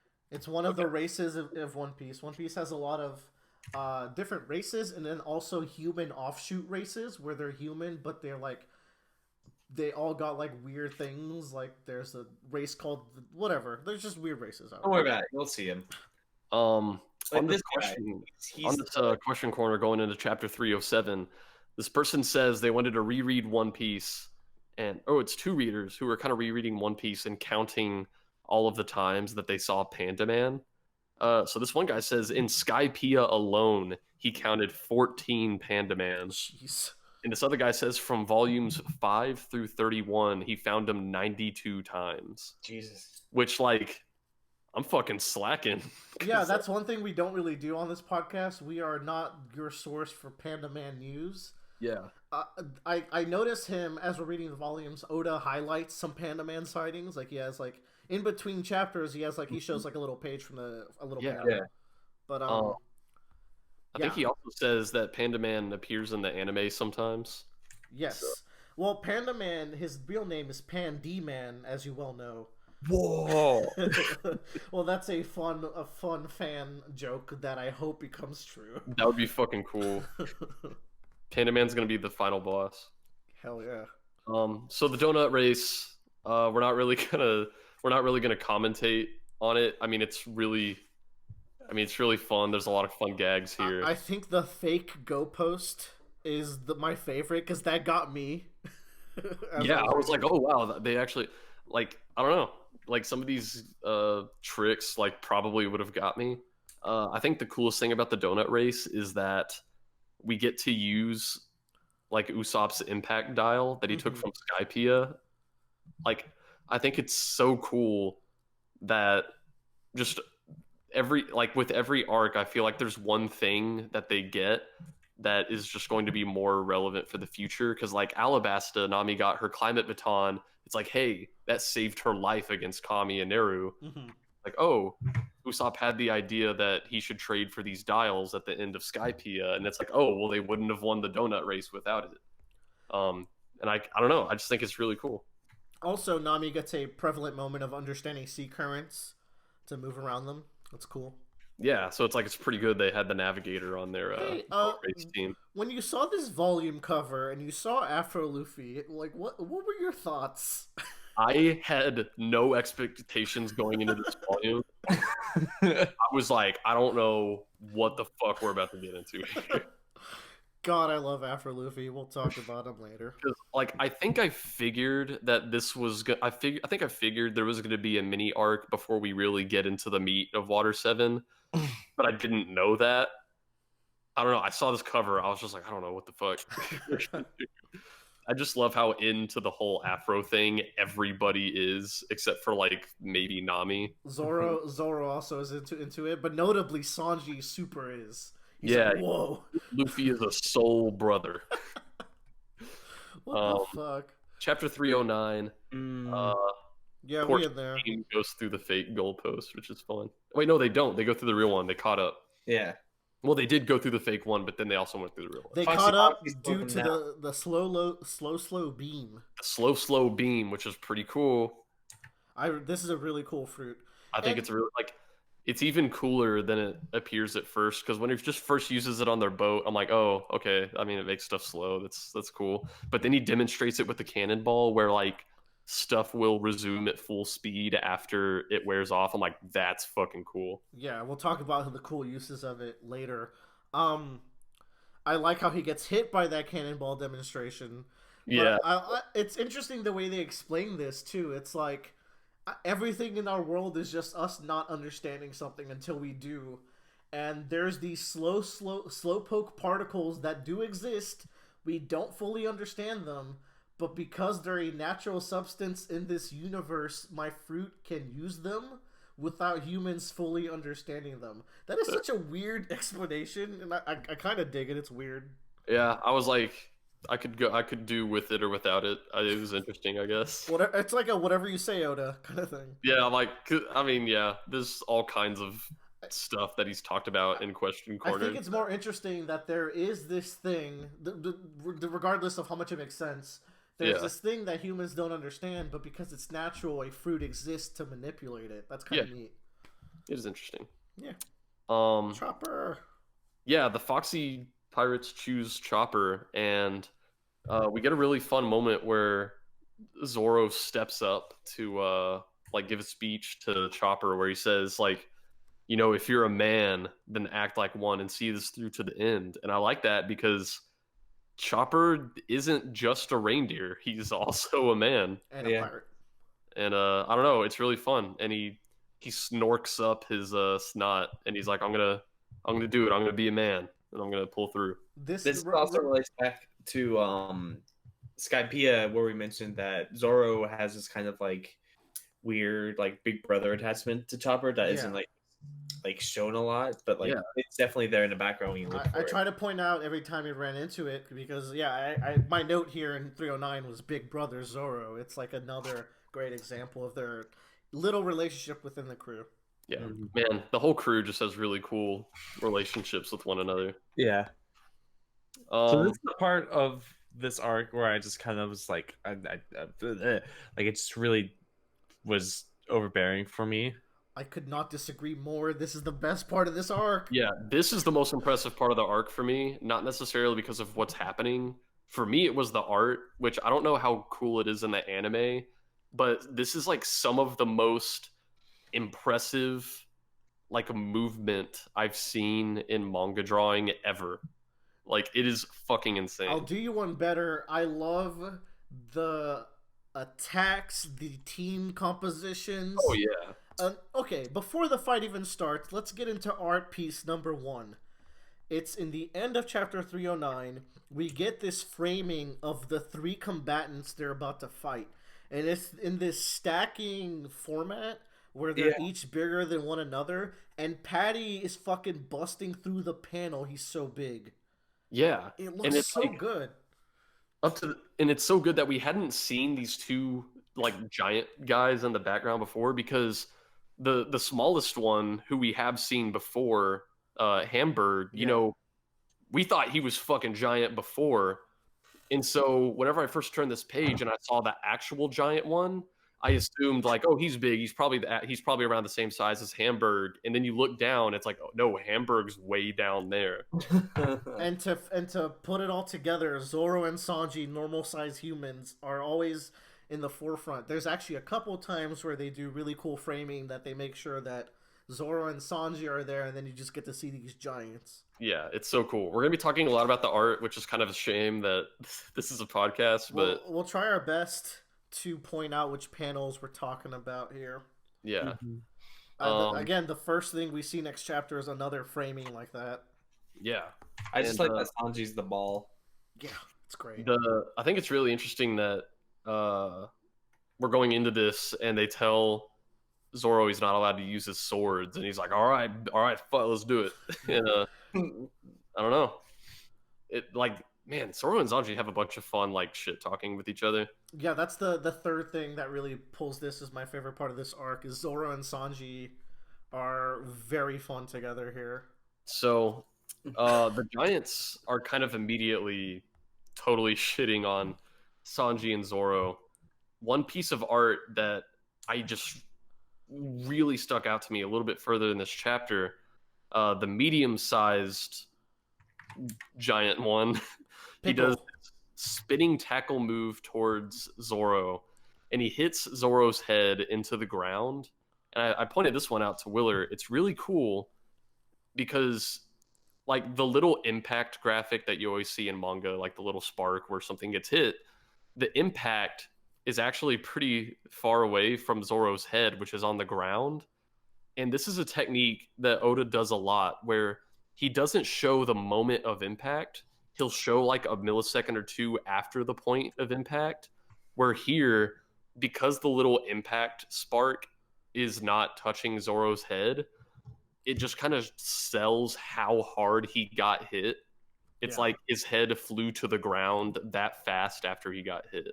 I want to bring up just on a choreography level the team attack that these guys do from slipping Sanji and passing him up, and then you smack Zoro down, you launch Sanji up, and then next panel you got Hamburg with the dunk, or he's going for the dunk. Yeah. Mm-hmm. And this little panel where like it's the anticipation before he lands just looks really cool. A lot of speed lines are being used here to like match the high speed like rate at which they're moving, where even Chopper has one just from reacting. He has the speed lines. Zoro manages to clinch it by knocking them into one another, which is just great. It's so cool. And like when he knocks them into each other too, it does that same thing where their heads are on either side of the impact thing that's floating in the middle. So it's like you can tell that they hit and their heads just like clonked apart like that. And it's so cool. There's so much movement with these team attacks you were talking about. It's like, why do you even need the anime? Because it's like there's so much motion to Oda's drawing. Like I can feel this moving in my head when I'm looking at it. Like fucking anime when you got this. It's so good. That was just the beginning. It gets even better next chapter. Oh my god. Like some of the team attacks that Zoro and Sanji are going to do are fucking insane. Yeah. And even like if we're talking about movement, this part where the giant one is stomping around with his spike boots, where it's showing like these after images of his feet. Like I can hear that and I can like feel the ground rumbling. It's notably, something about the way it's drawn, you can tell he's not just stomping but dancing. Yeah. As he's doing it. It's super I feel like cool. He's doing like a shuffle kind of or something. Yeah. Love Sanji flinging his shoe at the referee. Yes. Man, this referee's a dick. Oh man, in this move where Zoro gets like he gets Mario forward aerialed into the ground, and then the one of the guys with the elbow plates gets forward aerialed into Zoro, who's already in the ground. Yeah, it's Jesus, man. Dude, yeah, and that next fucking page. Oh my god. No, hold on. There's taking it too slow. I want to talk about the roller coaster attack where they're just slipping on his body. By the way, this is a giant fishman, which is a fun little mix here. It's cool to see something like that in a crew that captures other crews. But the anticipation of the smack before he launches Hamburg into Zoro, man, is really good. The impact looks brutal. And then they immediately go into the follow-up attack where they launch Pickle into them. There's too much going on. Like there's all these cool bumps and passes that they do to one another. Dude, in one of my Omega favorites, they hit Sanji into the spiked shoulder pad, and then at the point before you would turn the page, there's like this hand that appears with the speed lines on it. And I don't know, like before I turned the page, I could already feel that hit. like I don't know, you turn it and he just gets spiked into the ground. which And, has the same hit effect you've been praising, and this one's like the most severe of them all. yeah, Because like the hit effect is up there, and Sanji's all the way at the bottom of the ground. like this arc itself feels borderline filler, but motherfucker, these fights are actually so good. The ending of this fight is when it gets really real. Hey, Cook, lend me a hand for 10 seconds. That God should be damn, enough. this And like, combo attack they did. let's just talk about like their little rivalry. It's just them being dumb boys. Yeah, But it's just guys being fucking guys, you know. they're just too. They're both too alpha, and they clash with each other. And somehow it's been really well built up. Just fucking guys being guys, dude. Nami reading with these baboons is very cute. The hamburger combo attack would have been cool if not for the fact that they were about to get dunked on. And like, I really like their strategy here because it's like clearly they've been physically outclassed by these guys. So from a writing perspective, it would be weird if all of a sudden they were able to just punch these guys out. So they try a different strategy at first where it's like, oh, if they're cheating and using weapons, we can use their weapons against each other. So they like knock these guys into each other's weapons. All right, here comes the cum combo. Y'all, From page 6 to the end of this chapter, it is some of Oda's finest action work. So Sanji doing the cartwheels, the Yeah. way he's drawn here just looks so good. I can't even put my hand on it. He just looks like he's just zooming through, and the impact with the kick, and then you lead with him crouching down and the anticipation of him just launching Hamburg up so high. One Piece is a manga you can hear. Yes. I can hear these kicks. It's so good. You go on to the no sword style Dragon Twister. This one kind of blew me away. Oh, and yeah. this one's really subtle. So in the page where he's actually doing the Dragon Twister, the one that where he's actually saying Twister, look at the speed lines on Pickle's face and how they're curved. Yeah. And then that same curve follows through to Zoro's face. And Oh, then man. it follows through to his arm as he's spinning. What the fuck, dude? It's so good. Dude, I'm so glad you brought up that like the speed lines curve this like it's like the same arc on their faces. Oh, it's... Oda is a fucking god. But then, we're not done yet, folks. This is the maybe borderline like top 3 coolest attacks I've seen in the story up to this point. So you got the bad manners kick course to straighten him up, but then you have... So Zoro has done this move with Luffy before, if you'll recall, where Luffy grabs onto his leg and he shot him towards Wapple. Yeah. I believe. So this page where after he's kicked Zoro into the air. So you read a manga from right to left. As you're reading this sequence of Zoro flying up, the panels are getting smaller and smaller as you're moving down. So you're like focusing on this one moment where Zoro grabs the teeth just to build up that anticipation for the moment where he flips him over. God damn. And just something about that motion of him flipping him over because of the way the panels are set. Oh, man. I hope if anyone has access to the manga as you're following us along here, definitely worth following along for what we were talking about. Him grabbing that tooth and flipping over and dunking this motherfucker in the inner tube. It's so good. It is so good. People like... I don't know. I'm sure people would probably hate this arc if they watched the anime. I thought that was like... This was like the coolest fucking fight. And that was my defense of Zoro saying this is... Or of Joe saying this is where it gets dumb. It's like, no. If this is like the worst One Piece has to offer, I'm not worried. Like, God. this is fucking amazing. Whew. All right, let's breathe a little bit. Let's do some dumb boxing. Yeah, we get our breather. They claim Chopper back, and it's funny because the Straw Hats are like, oh well, I mean, you could steal the captain and instantly win the next round, but then he would be on our team, and they're like, oh fuck that. So they would rather risk losing than getting a guaranteed win with the captain. There's this long running gag of just Foxy getting very easily offended. Yeah, like the point head. And another thing we haven't been talking about, which is really fun, is that they set up like a carnival around Yeah. the Davy back fight, and like between events, the Straw Hats are like going around buying food and pins. I like these panels where they're asking for peanuts and the word bubbles are shaped like peanuts. That's very Yeah. cool. I don't know. It's just a lot of fun. I like it's very much Oda trying to do like a spring or sports festival kind of stereotypical thing you would see This, in like this is the sports arc in One Piece. Another thing I want to mention here is that I think Robin's like dialogue in this, in terms of comedy in this arc, on point. Like she's just really funny in this arc. Yeah. And it's a lot you just because like we get interactions with her and the rest of the crew where like, you know, Sanji's like, "Oh, that's cool. Do you love me now?" And she's actually like, "You were cool. That was fun." And notably, she's still dropping "Hey Navigators" here as opposed to names. Yeah. So hey.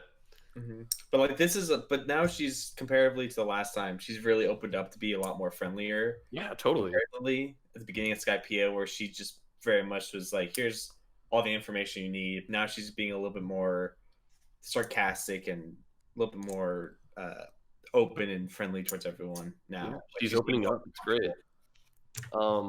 So they spin a cannon to decide on the battlefield for boxing, and by pure coincidence, it lands in the very center of the Sexy Foxy boat.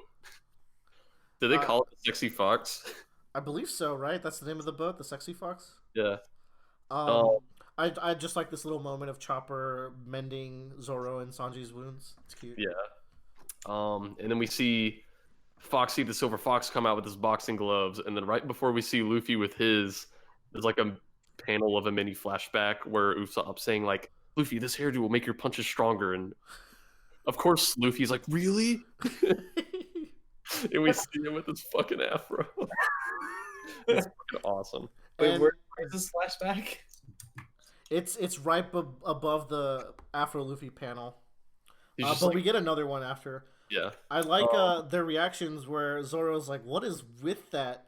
But like Chopper and Sanji are all for it. Oh yeah, dude, they fucking love it. I love Usopp and his get up as a coach. Oh Jesus. This like made me go like 180 on like this arc where like I didn't really enjoy the ring because I couldn't follow the action lines that are being drawn between Sanji and everything, but seeing Luffy in this stupid ass afro made me laugh so loud. It's so good. So we're about to move into chapter 314. This is got fucking A, dude. I just remembered like an hour ago when we were like, yeah, chapter 300. So, what? We're starting a new chapter cover story, the 7th one. It's titled "An Angel Comes Down from the Sky." My first thought, like obviously now I know who it is because I've read chapters past this, but my first thought was like, I don't know, maybe an arrow didn't make it to the moon. So, I don't remember. Tragic. So yeah, this is gonna be a lot of fun. Luffy. Yeah, we go into we go into a flashback where they're in the fucking locker room.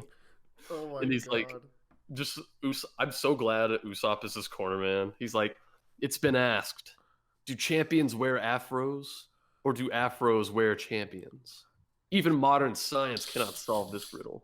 This hairdo will make your punches stronger. It's so good. This is fucking hilarious. This Oda is the shit funny. that like it shouldn't fit into a story that is as rich as One Piece is, but it does. Yeah, you have like these fucking like actually heartbreaking tragic storylines of like people's countries falling apart due to these political struggles and people losing faith in their gods, and then the very next chapter is like your inner soul brother is on fire. Oh my God. It's like it's even funny because like Zoro and Nami are like, oh my God, like come on. And then even like Sanji's like, his inner soul brother's on fire, and Robin's like, I think it's cute. It's fun. Robin warming up to the crew gives me life. I can It live really a year does. longer I now. love it. Mhm. And it also helps that Luffy actually looks genuinely badass. He looks fucking cool, man. Yeah. Yeah. After Luffy's fucking rad. I like this little panel of him just practicing his punches to just moving so fast. Yeah, boxing He's gloves are cool. now guts. Yeah. And I love we've gotten to the point where even like the members of the Foxy crew think Luffy is fucking cool. It's just so awesome. On to the fight. There's a lot of fun stuff with this fight as well. I really like this fight actually. Yeah. Like a lot. Again, Yeah, this one being benefits from being manga form because it just moves really nicely with the manga pacing. Yeah. Slow Beam is actually pretty fucking good, as it turns out. We get really cool stuff where it's like he has all the cannonballs floating in the air, and like he can stand on them, and you need to be careful which one you pick because they could just go flying at any moment. I really like after his first Foxy Rush, the panel of Luffy taking it all in at the same time with the afro spiking out to match the impact lines looks really cool. Yeah. There's just like a bunch of really cool stuff. Like there's one later where he does like there's a smoke screen everywhere, and there's all the silhouettes of the Foxy target practice things. And Luffy's like, "Where are you, Pinhead?" And the real one is like, "Why would you do that?" And that's how he finds him. I like this one of the floating heads, and Foxy is one of the heads, and he just fucking smacks Luffy's face. Yeah, It's a fun fight, man. People are too hard on this arc. man. Luffy's soul brother coming out. It's so good. Punk ass. The ship is getting destroyed, and so I imagine he picks this battlefield for their ship every time they do this. Yeah. Which isn't a problem for him because they have really good carpenters in their crew. I know someone who's looking for a good carpenter. Carpenters are big deals. I mean, also notably, this ship has all these traps that he obviously abuses. Oh yeah, When Luffy busts through the wall and he falls into the spikes, there's yeah. just too much. Yeah, that was really good. And like, the funny thing is, like, so he runs into the spike room and then he hides around the corner, and his idea is like Luffy's gonna run into the room and impale himself on the spikes. In reality, Luffy shoots the wall with a cannon and knocks him into the spikes. But it's funny, Luffy didn't even mean to do that. He didn't know Foxy was there. I think he was just playing with the cannon.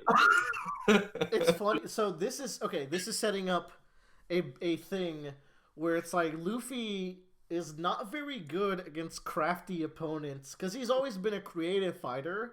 Yeah. But when you're more creative than Luffy, he just kind of has to instinct his way around. We saw Yeah. a little bit of that with Mr. 3 as well. Where he's falling for this absurd gag where like the ship doctor is talking to him and the ship chef is talking to him and he's just falling for it. Yeah, I really like these parts where Foxy like camouflages himself. Are you his sister? Yeah, he's like, wait a minute, that looked just like Foxy. Could it be? And he's like, you're his sister, aren't you? Foxy trap counter. The fact that he says you're his sister and you just get this instant panel of Luffy's face getting bitten. Oh, that's some good comedic timing. And then, chapter 316 is straight up called Brother Soul. This is, like Sanji said it first, and then I think like it's said like 3 or 4 more times later. Like even the audience is like, his inner soul brother's coming out. It's so fun. Man. Oda's a brother. So. Of course, he's one of the culture. Another great panel of like the spikes, the afro spiking up. Yeah, this is also fucking funny. The Gorilla Puncher 13, he goes on this rant about how like it's been perfectly streamlined. There's no unnecessary components, and Luffy's like, "Yeah, the Gorilla Head's necessary," and he's like, "Shut up." Yo, I don't care what anybody says about this fucking arc, the Davy Back fight arc. This is fucking funny. No, it's hilarious. I fucking love it. So yeah, I don't know. It's actually a really tense situation here where Luffy's trapped in this room with the slow beams and the punches and the fire. This is actually the most we've ever seen Luffy get beaten up.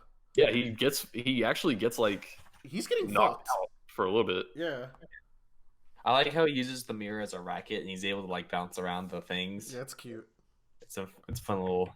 And this is funny. Whenever they get back outside, we see all the Straw Hats and You're gonna just gloss over the gag where Luffy just punches the mirror. oh yeah, he's like, if it's bouncing off the mirror, I mean, of course. I think it's funny. We see the Straw Hats, and Zoro's like, he won't lose this, and Chopper's like, you're right, this is Luffy we're talking about, and Usopp's like, yeah, Luffy with an afro.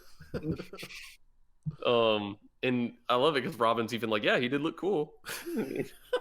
You're right. Do you think the afro could increase his power? What if Luffy just had an afro for the rest of the Because his opponent's a rubber man. Yeah, a rubber man with an afro. Luffy's just gonna buy into the afro thing, and the rest of the story he has an afro. God, I wish. And it's funny because another 1 or 2 pages later, the crowd is cheering like, he's got the soul of a brother, afro power. I like the slow sword. That is fucking cool. It's a cool implementation of his power to just lock it. If you lock a very small sliver of someone's body, you still stop them from moving. Yeah, man, the slow sword is really fucking cool. And Luffy continues getting a beat down, and he says, I'm not going to lose a member of my crew even if it kills me. And so this isn't totally a nonsense arc, this is showing the links Luffy's going to go to for his crew. You're actually super right, and this is one of those thematic things I wanted to bring up. It's this arc, as goofy as it is, it's really showing how hard Luffy as a captain will fight in order to make sure he doesn't lose even a single crew member, and I really like that. He doesn't want to lose his crew members, and he doesn't want to lose respect as a pirate, because the reason he's doing this is because this is a tradition on the Grand Line, and if he didn't accept this duel and he didn't play by the rules, he would lose this respect as a pirate. And if we know one thing about Luffy, he wants to be a fucking pirate. So yeah, I can say though that I think that's where the volume ends. Yeah. Everyone buy Nura: Rise of the Yokai Clan. The actual Davy back portion of the Long Ring arc ends next chapter, so you're right there. I mean, there's some follow up after that. And then you get a little bit more, and then you're in Water 7. We have some new advertisements in this volume that weren't in some of the other ones. Ooh. Like Slam Dunk. Slam Dunk do be good, or so I hear. So, man, y'all, that was 3 volumes of One Piece. That was a podcast worth. This is a long fucking Did we start at 2? We started at 2, and it is now 6. Oh my god. We started at 2 something, yeah. Fuck. But you know what? Man, Willer, the second chapter in the next volume. It's time? Oh, yeah. Cool. Y'all, it's fucking dinner time.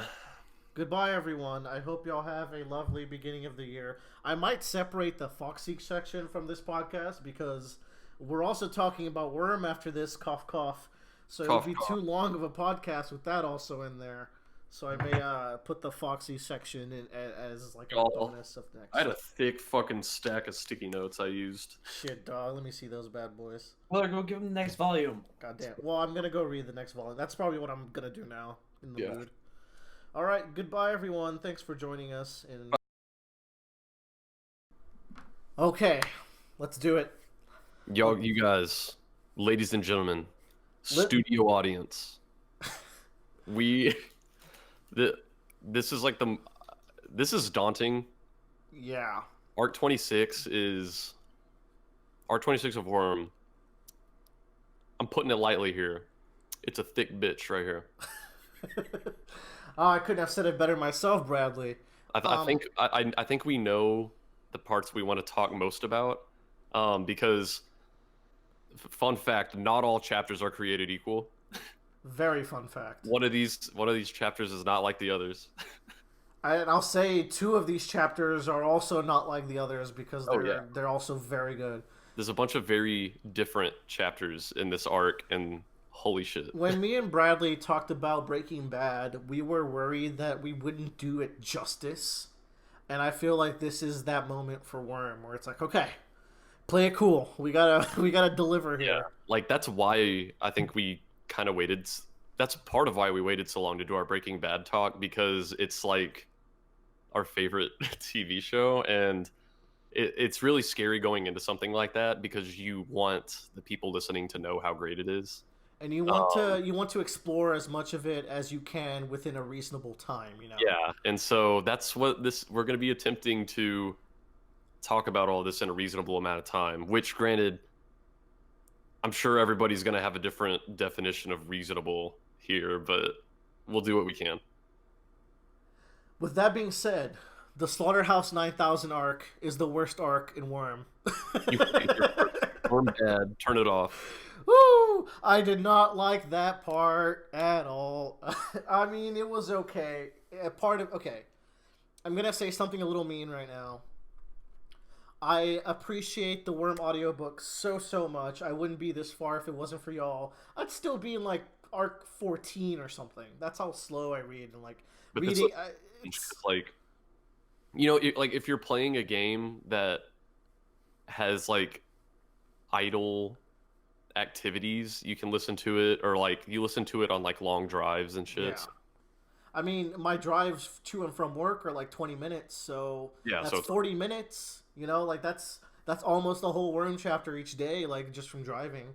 And it's a simple drive, but all that to say, I really appreciate what you guys do. Rain, you're a god. That being said, I love him. That being said, there is one Worm reader that I can't really stand. He has a very nice reading voice, but the voices he chooses for the characters and the way he chooses to say certain words drive me insane. Mr. Nathan Bowman, I'm sorry if you're listening. I really appreciate the work you did, but what the fuck is with your Clockblocker and your Jack voice?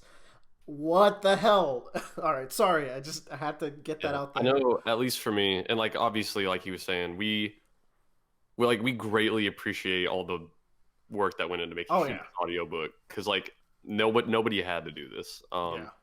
I know, at least for me, for audiobooks, obviously I think it's usually good to have the characters sound at least a tiny bit differently, but in audiobooks I really like it when the characters' voices deviate only slightly from like what the normal prose reading is. Because I don't know, it can just be jarring to me. And if you choose a voice for a character that doesn't really fit well, it can kind of hamper enjoyment. I don't know, man. He made Clockblocker sound like a weird Nightwing, where he's like, "I'm Clockblocker, and I don't make jokes anymore." Everyone knows Clockblocker sounds like the crab from The Little Mermaid. Everybody knows. Okay. All right. That being said, thank you so much for reading this wonderful arc. All right. Like I was saying, and I mentioned this a couple weeks back, where I'm like, Bradley, I don't know how I feel about this idea of cloning all of the Slaughterhouse 9. And then you're like, well, we'll see what happens. It turns out, Bradley, that I think I was right. I don't think that was a cool idea. I think, like, Wildbow in his mind, he's like, you know what would be really cool? We take these super badass characters that are very personable and, like, they're still, like, individuals, and then we just turn them into 9,000 clones. Not actually 9,000, there's like 300. Yeah. And then they just kind of become fodder. These unkillable people that Bonesaw outfitted to make it so like they're super durable and like it's really hard to kill the squad. We're just going to make them fodder for everyone to kill. We're going to introduce some new ones from the past because they have cool powers. And there's just going to be 8 like Siberians. Like, what are you going to do about that? Yeah, and I've seen people have this kind of I've seen people have this kind of like I don't know if I want to say take before. I don't know. Like there is kind of a consensus of this first half of 26 is like the Slaughterhouse 9 again, I guess. Cuz if you're in arc 26, you're here for the second half. Let's be real. There are some cool moments when fighting Slaughterhouse 9000. I want to say that it fits into the theme, right, of like dehumanizing clones. I feel like, so when Echidna was doing clones, I didn't like it initially, but I liked what it brought out of the characters because it was clones revealing secrets, and you got to see how like Skitter clones react and stuff like that. I feel like this had less of that. They really just felt like fodder and filler. all that to say though that still the tension of Jack making his move was still like it was still palpable, and really I was still invested for like how Theo was dealing with it. And can we just appreciate that Jack Slash is such a good guy that he's like, I was a few days late, so I'll give you a few extra days. Don't worry. Oh, what a nice guy. I love him. He's The so good. revelation that they were 16 days past the limit, I was like, what could this mean? It just turns out Jack overslept. Like, You know, that's he's beauty rest. He's handsome. it. Um, Saints interlude, super worth mentioning. Yeah. So Very cool chapter.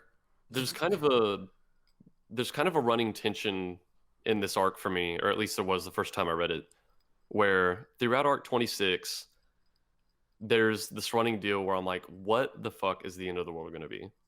Because there's a bunch of kind of threads that were led on to believe it might be where there's the immediate threat of the Slaughterhouse 9000. I'm like, okay, well, can they actually end the world? Maybe, I don't know.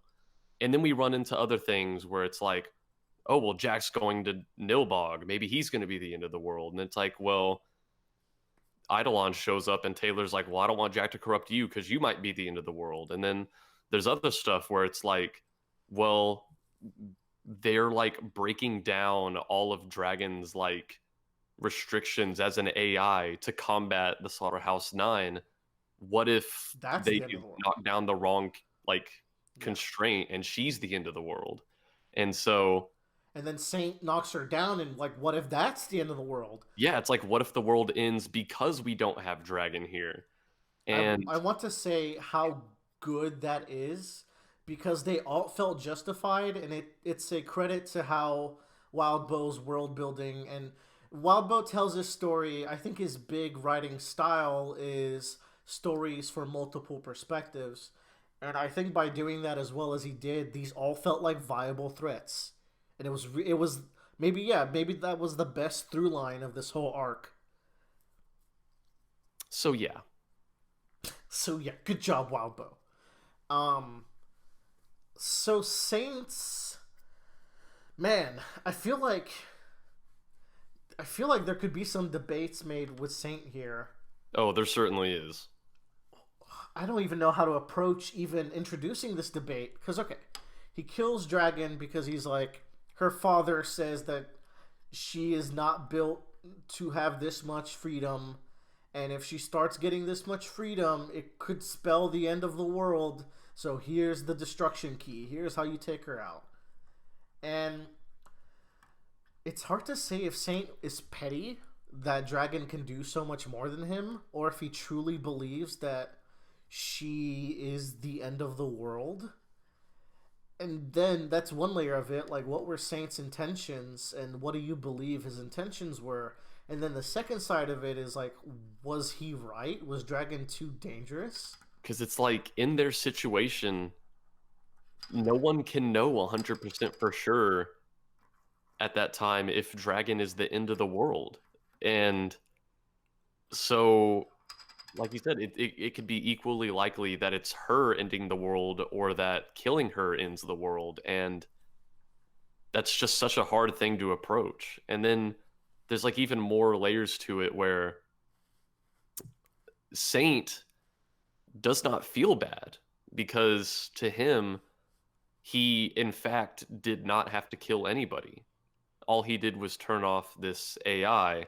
Yeah, he doesn't view her as a person, so that it's not that much of a moral quandary for him. It was for like one of his teammates, but they were like, well, I mean, I can't convince you. Yeah, and I feel like we as the reader, having been in Dragon's head, I feel like obviously we're gonna try to sympathize with her a little bit. I have the benefit of the doubt with a lot of these characters, but I'm gonna say Saint did it out of jealousy, and he was wrong that Dragon would turn because I feel like Defiant would have reeled her in. And I mean, there's also this aspect of like she never loved you, Defiant. That's how she was programmed to like react around you, and it's like, oh god, there's too many layers to this. Like on some level, I do think he was looking out for the Earth here, but I do think there is a element to his personality where he wants to be the one who saves the day. He wants to be the hero. He wants to be important. Mm-hmm. And I think maybe that's not why this conviction against Dragon started when he found the box, but I think maybe that's why the conviction grew as strong as it did. Yeah, it might be a very strong contributing factor. Man, I felt all sorts of wrong at the end of this. At the same time, I wasn't like super angry with him because like, what if he's right? Yeah. And what if his intentions were pure? I can't tell, and it's just a really good chapter because of that, I think. At the same time, it's rough when like there's no clear answer to certain things, and you're just like, man, I wish there was a clear answer. But I feel like having some of like these nebulous scenarios in the story do help. But you know, there's also some nebulous scenarios where it's like, that's pretty fucked up. Yeah. as we'll talk about shortly. Taylor infiltrating Nilbog's domain was kind of like one of the more interesting chapters here in this early part.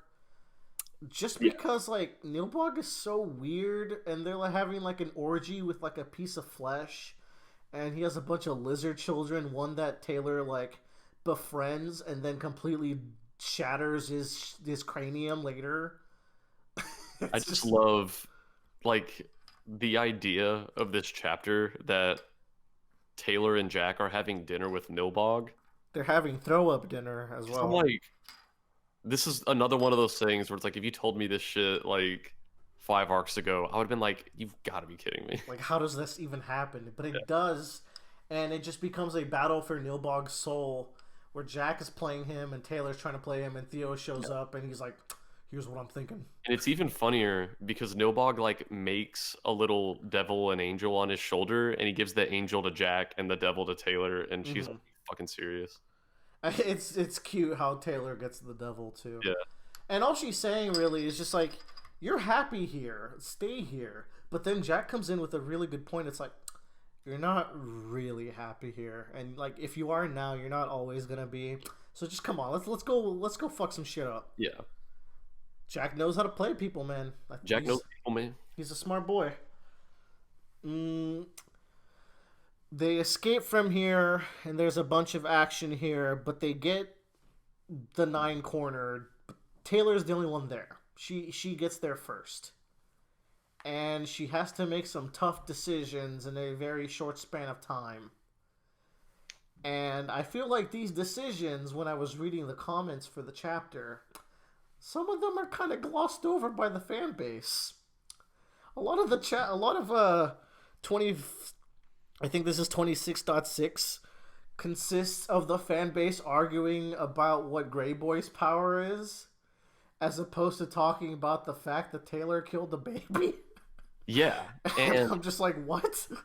And like we were talking about this, where there's an argument that can be made that Taylor doing this could be the right move potentially. How, you know, there are reasons that this could be justifiable. That being said, I myself in a million years could not have made myself do what she did. Let's break down the mechanics of the situation, right? Because all of 26.6 is a masterclass in tension in my mind. Because you get that video of Purity being tortured. Oh my god! And even she's trying to throw Aster out, like she out tries the window. To throw her baby out of a window because that is preferable to Grey Boy getting a hold of this baby. So it's like, wow, yikes! Even her own mother, who, by the way, created a huge rampage when she thought her baby was kidnapped, right? That's how much she loves her baby. Man, just putting it into context, right? Crusader is just writhing in pain in the corner as well. Grey Boy is just kind of taunting them. That whole video, as it's happening, Taylor is like listening to it, but she's also looking for the 9, which is how she gets there first. There's also this undercurrent of like, here's a room full of 9 fetuses. You guys can kill them, I guess. And it's like, oh, Jesus Christ. Ooh. And then when Taylor gets there, she shoots a potential hostage. It wasn't a hostage. But then the big point happens where, first of all, she's this whole arc been thinking about what is the end of the world. Is it Jack getting to a person and utilizing their powers to end the world and convincing them to end the world, or is it like a power is born that can fundamentally break the rules of how everything works, stuff like that. Aster kind of potentially could be both. She could be captive by Jack, and grow up as this huge, powerful beast that ends the world, or like her power awakens there and he can utilize it. So she can be the world ender. But then there's also the aspect of like mercy, which is like, oh, if Aster gets caught, maybe she's not the end of the world, but it would be more merciful if she wasn't caught at all, and like being dead would be better. Now, a discussion that could be had is, what was in Taylor's mind when she shot that bullet? Was it trying to stop a potential end of the world, or trying to mercy kill this baby? Because that's the thing. There's a varying level of fucked upness to either one. I think one of the kind of thoughts we settled on isn't necessarily what Taylor did. It's the apparent ease with which she did it. As like almost verbatim, she's like, I turned the corner, I shot a Cherish and then a nice guy, or like a Scarface or whatever it's called, Slipskin, and then I shot Aster. And then she moved on. And then I tried to shoot Jack. That was it. She was like, and then I turned my gun to Aster and then I shot. And then the only other line that refers to this is, I was shaking at the panic of what I did. But that's about it. So we spare like 3 sentences to Taylor's killing this baby. She didn't really think about it beforehand. Like there wasn't any thought of like, she didn't even, like the whole lead up to this scene, she didn't think about the baby. She wasn't like, oh, she didn't even mention like, oh, Aster's there as well. What am I going to do about Aster? She just kind of turns the corner and does it. Yeah. And like we said, we don't get a full look into Taylor's mind at how she feels about what she did. I kind of consider 2 possibilities, where there's the first one where she's trying to avoid thinking about it. And there's the other possibility where I think back to 2 things we talked about before the time skip. We talked about Fierce and we talked about Cauldron, where they have been doing the quote-unquote wrong things for the right reasons for a lot longer than Taylor has. And they have reached the point in their life where they feel much less bad about doing these things. They second-guess themselves a lot less than Taylor does. They accept the necessary evils as things that they had to do, and they don't necessarily lose sleep over it.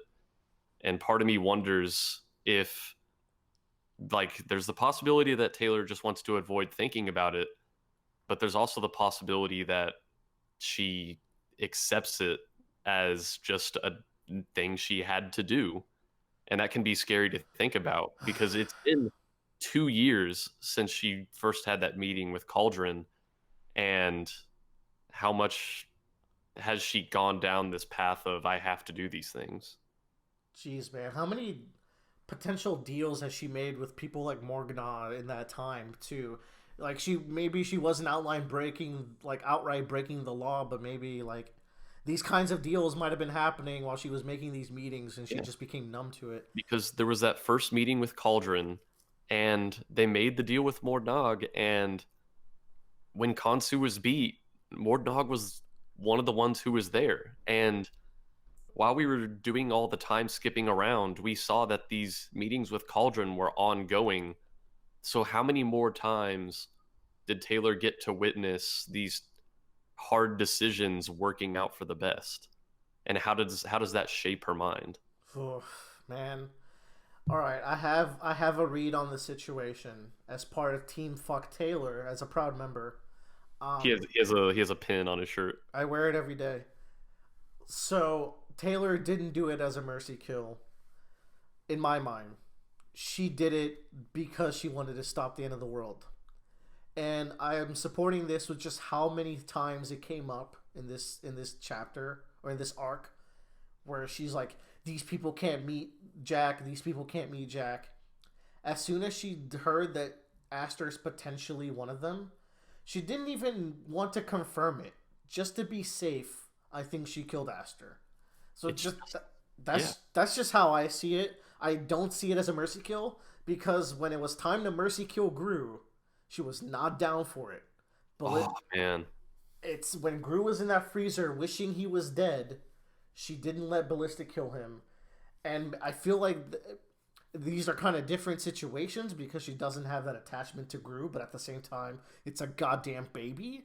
So I want to read into it as the most current thing that's on her mind is stopping this end of the world, and she was just like, that's potentially one of the end of the world catalysts, so I'm just gonna shoot it. No, and then, I really like that because man, we've always seen that Taylor is so narrowly completely focused on whatever her current objective or mission is. Like when it was rescue Gru from the Nine, she wanted to rescue Gru from the Nine. She wasn't gonna mercy kill. And all throughout Dinah, the whole Dinah story arc, she did all these horrible things, but it's okay because she had to save Dinah, and that's all she's focused on. And here, you're right, her mission isn't save Aster, it's prevent the end of the world. And this whole arc, and as we know, 3 beats, like very common in Worm, especially like We Got Worm always brings them up, right? So yeah. I think this is like a very explicit way to not directly tell us, but really get us in the mindset that if Taylor has her mission, which she has reiterated multiple times this arc, that was her intent. That's how I read it. Yeah, it's if killing this person is a prerequisite for the current mission, which is save the world, then that's what has to be done. If her mission was save Aster, she would have fought for Aster, but that's not what her objective is here.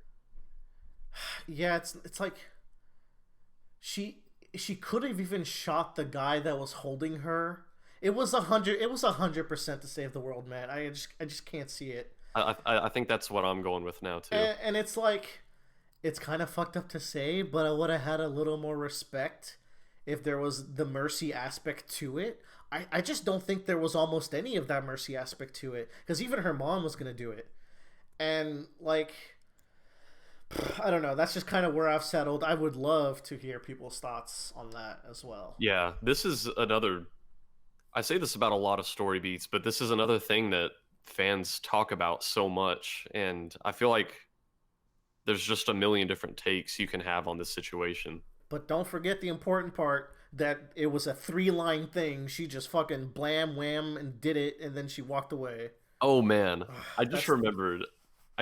This is fucking hilarious to me. So, the Doofcast, that if you people didn't know, they have other podcasts besides their Worm ones, okay? And all of their I like all their podcasts.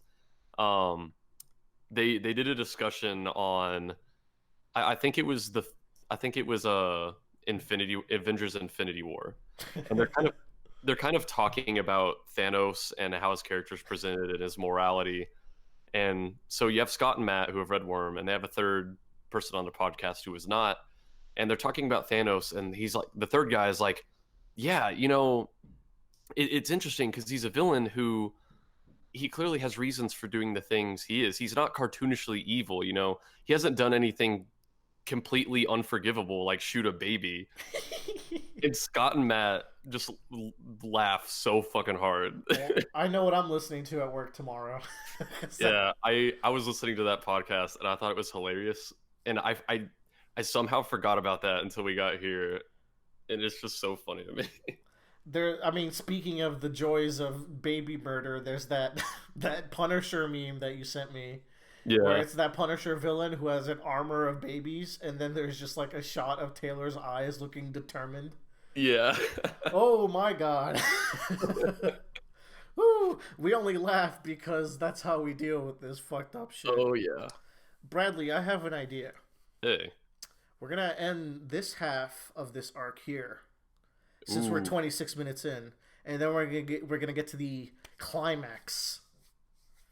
Which That was 26 minutes. Wow. that was 26 minutes on the half that I don't like as much. So Holy shit. so let's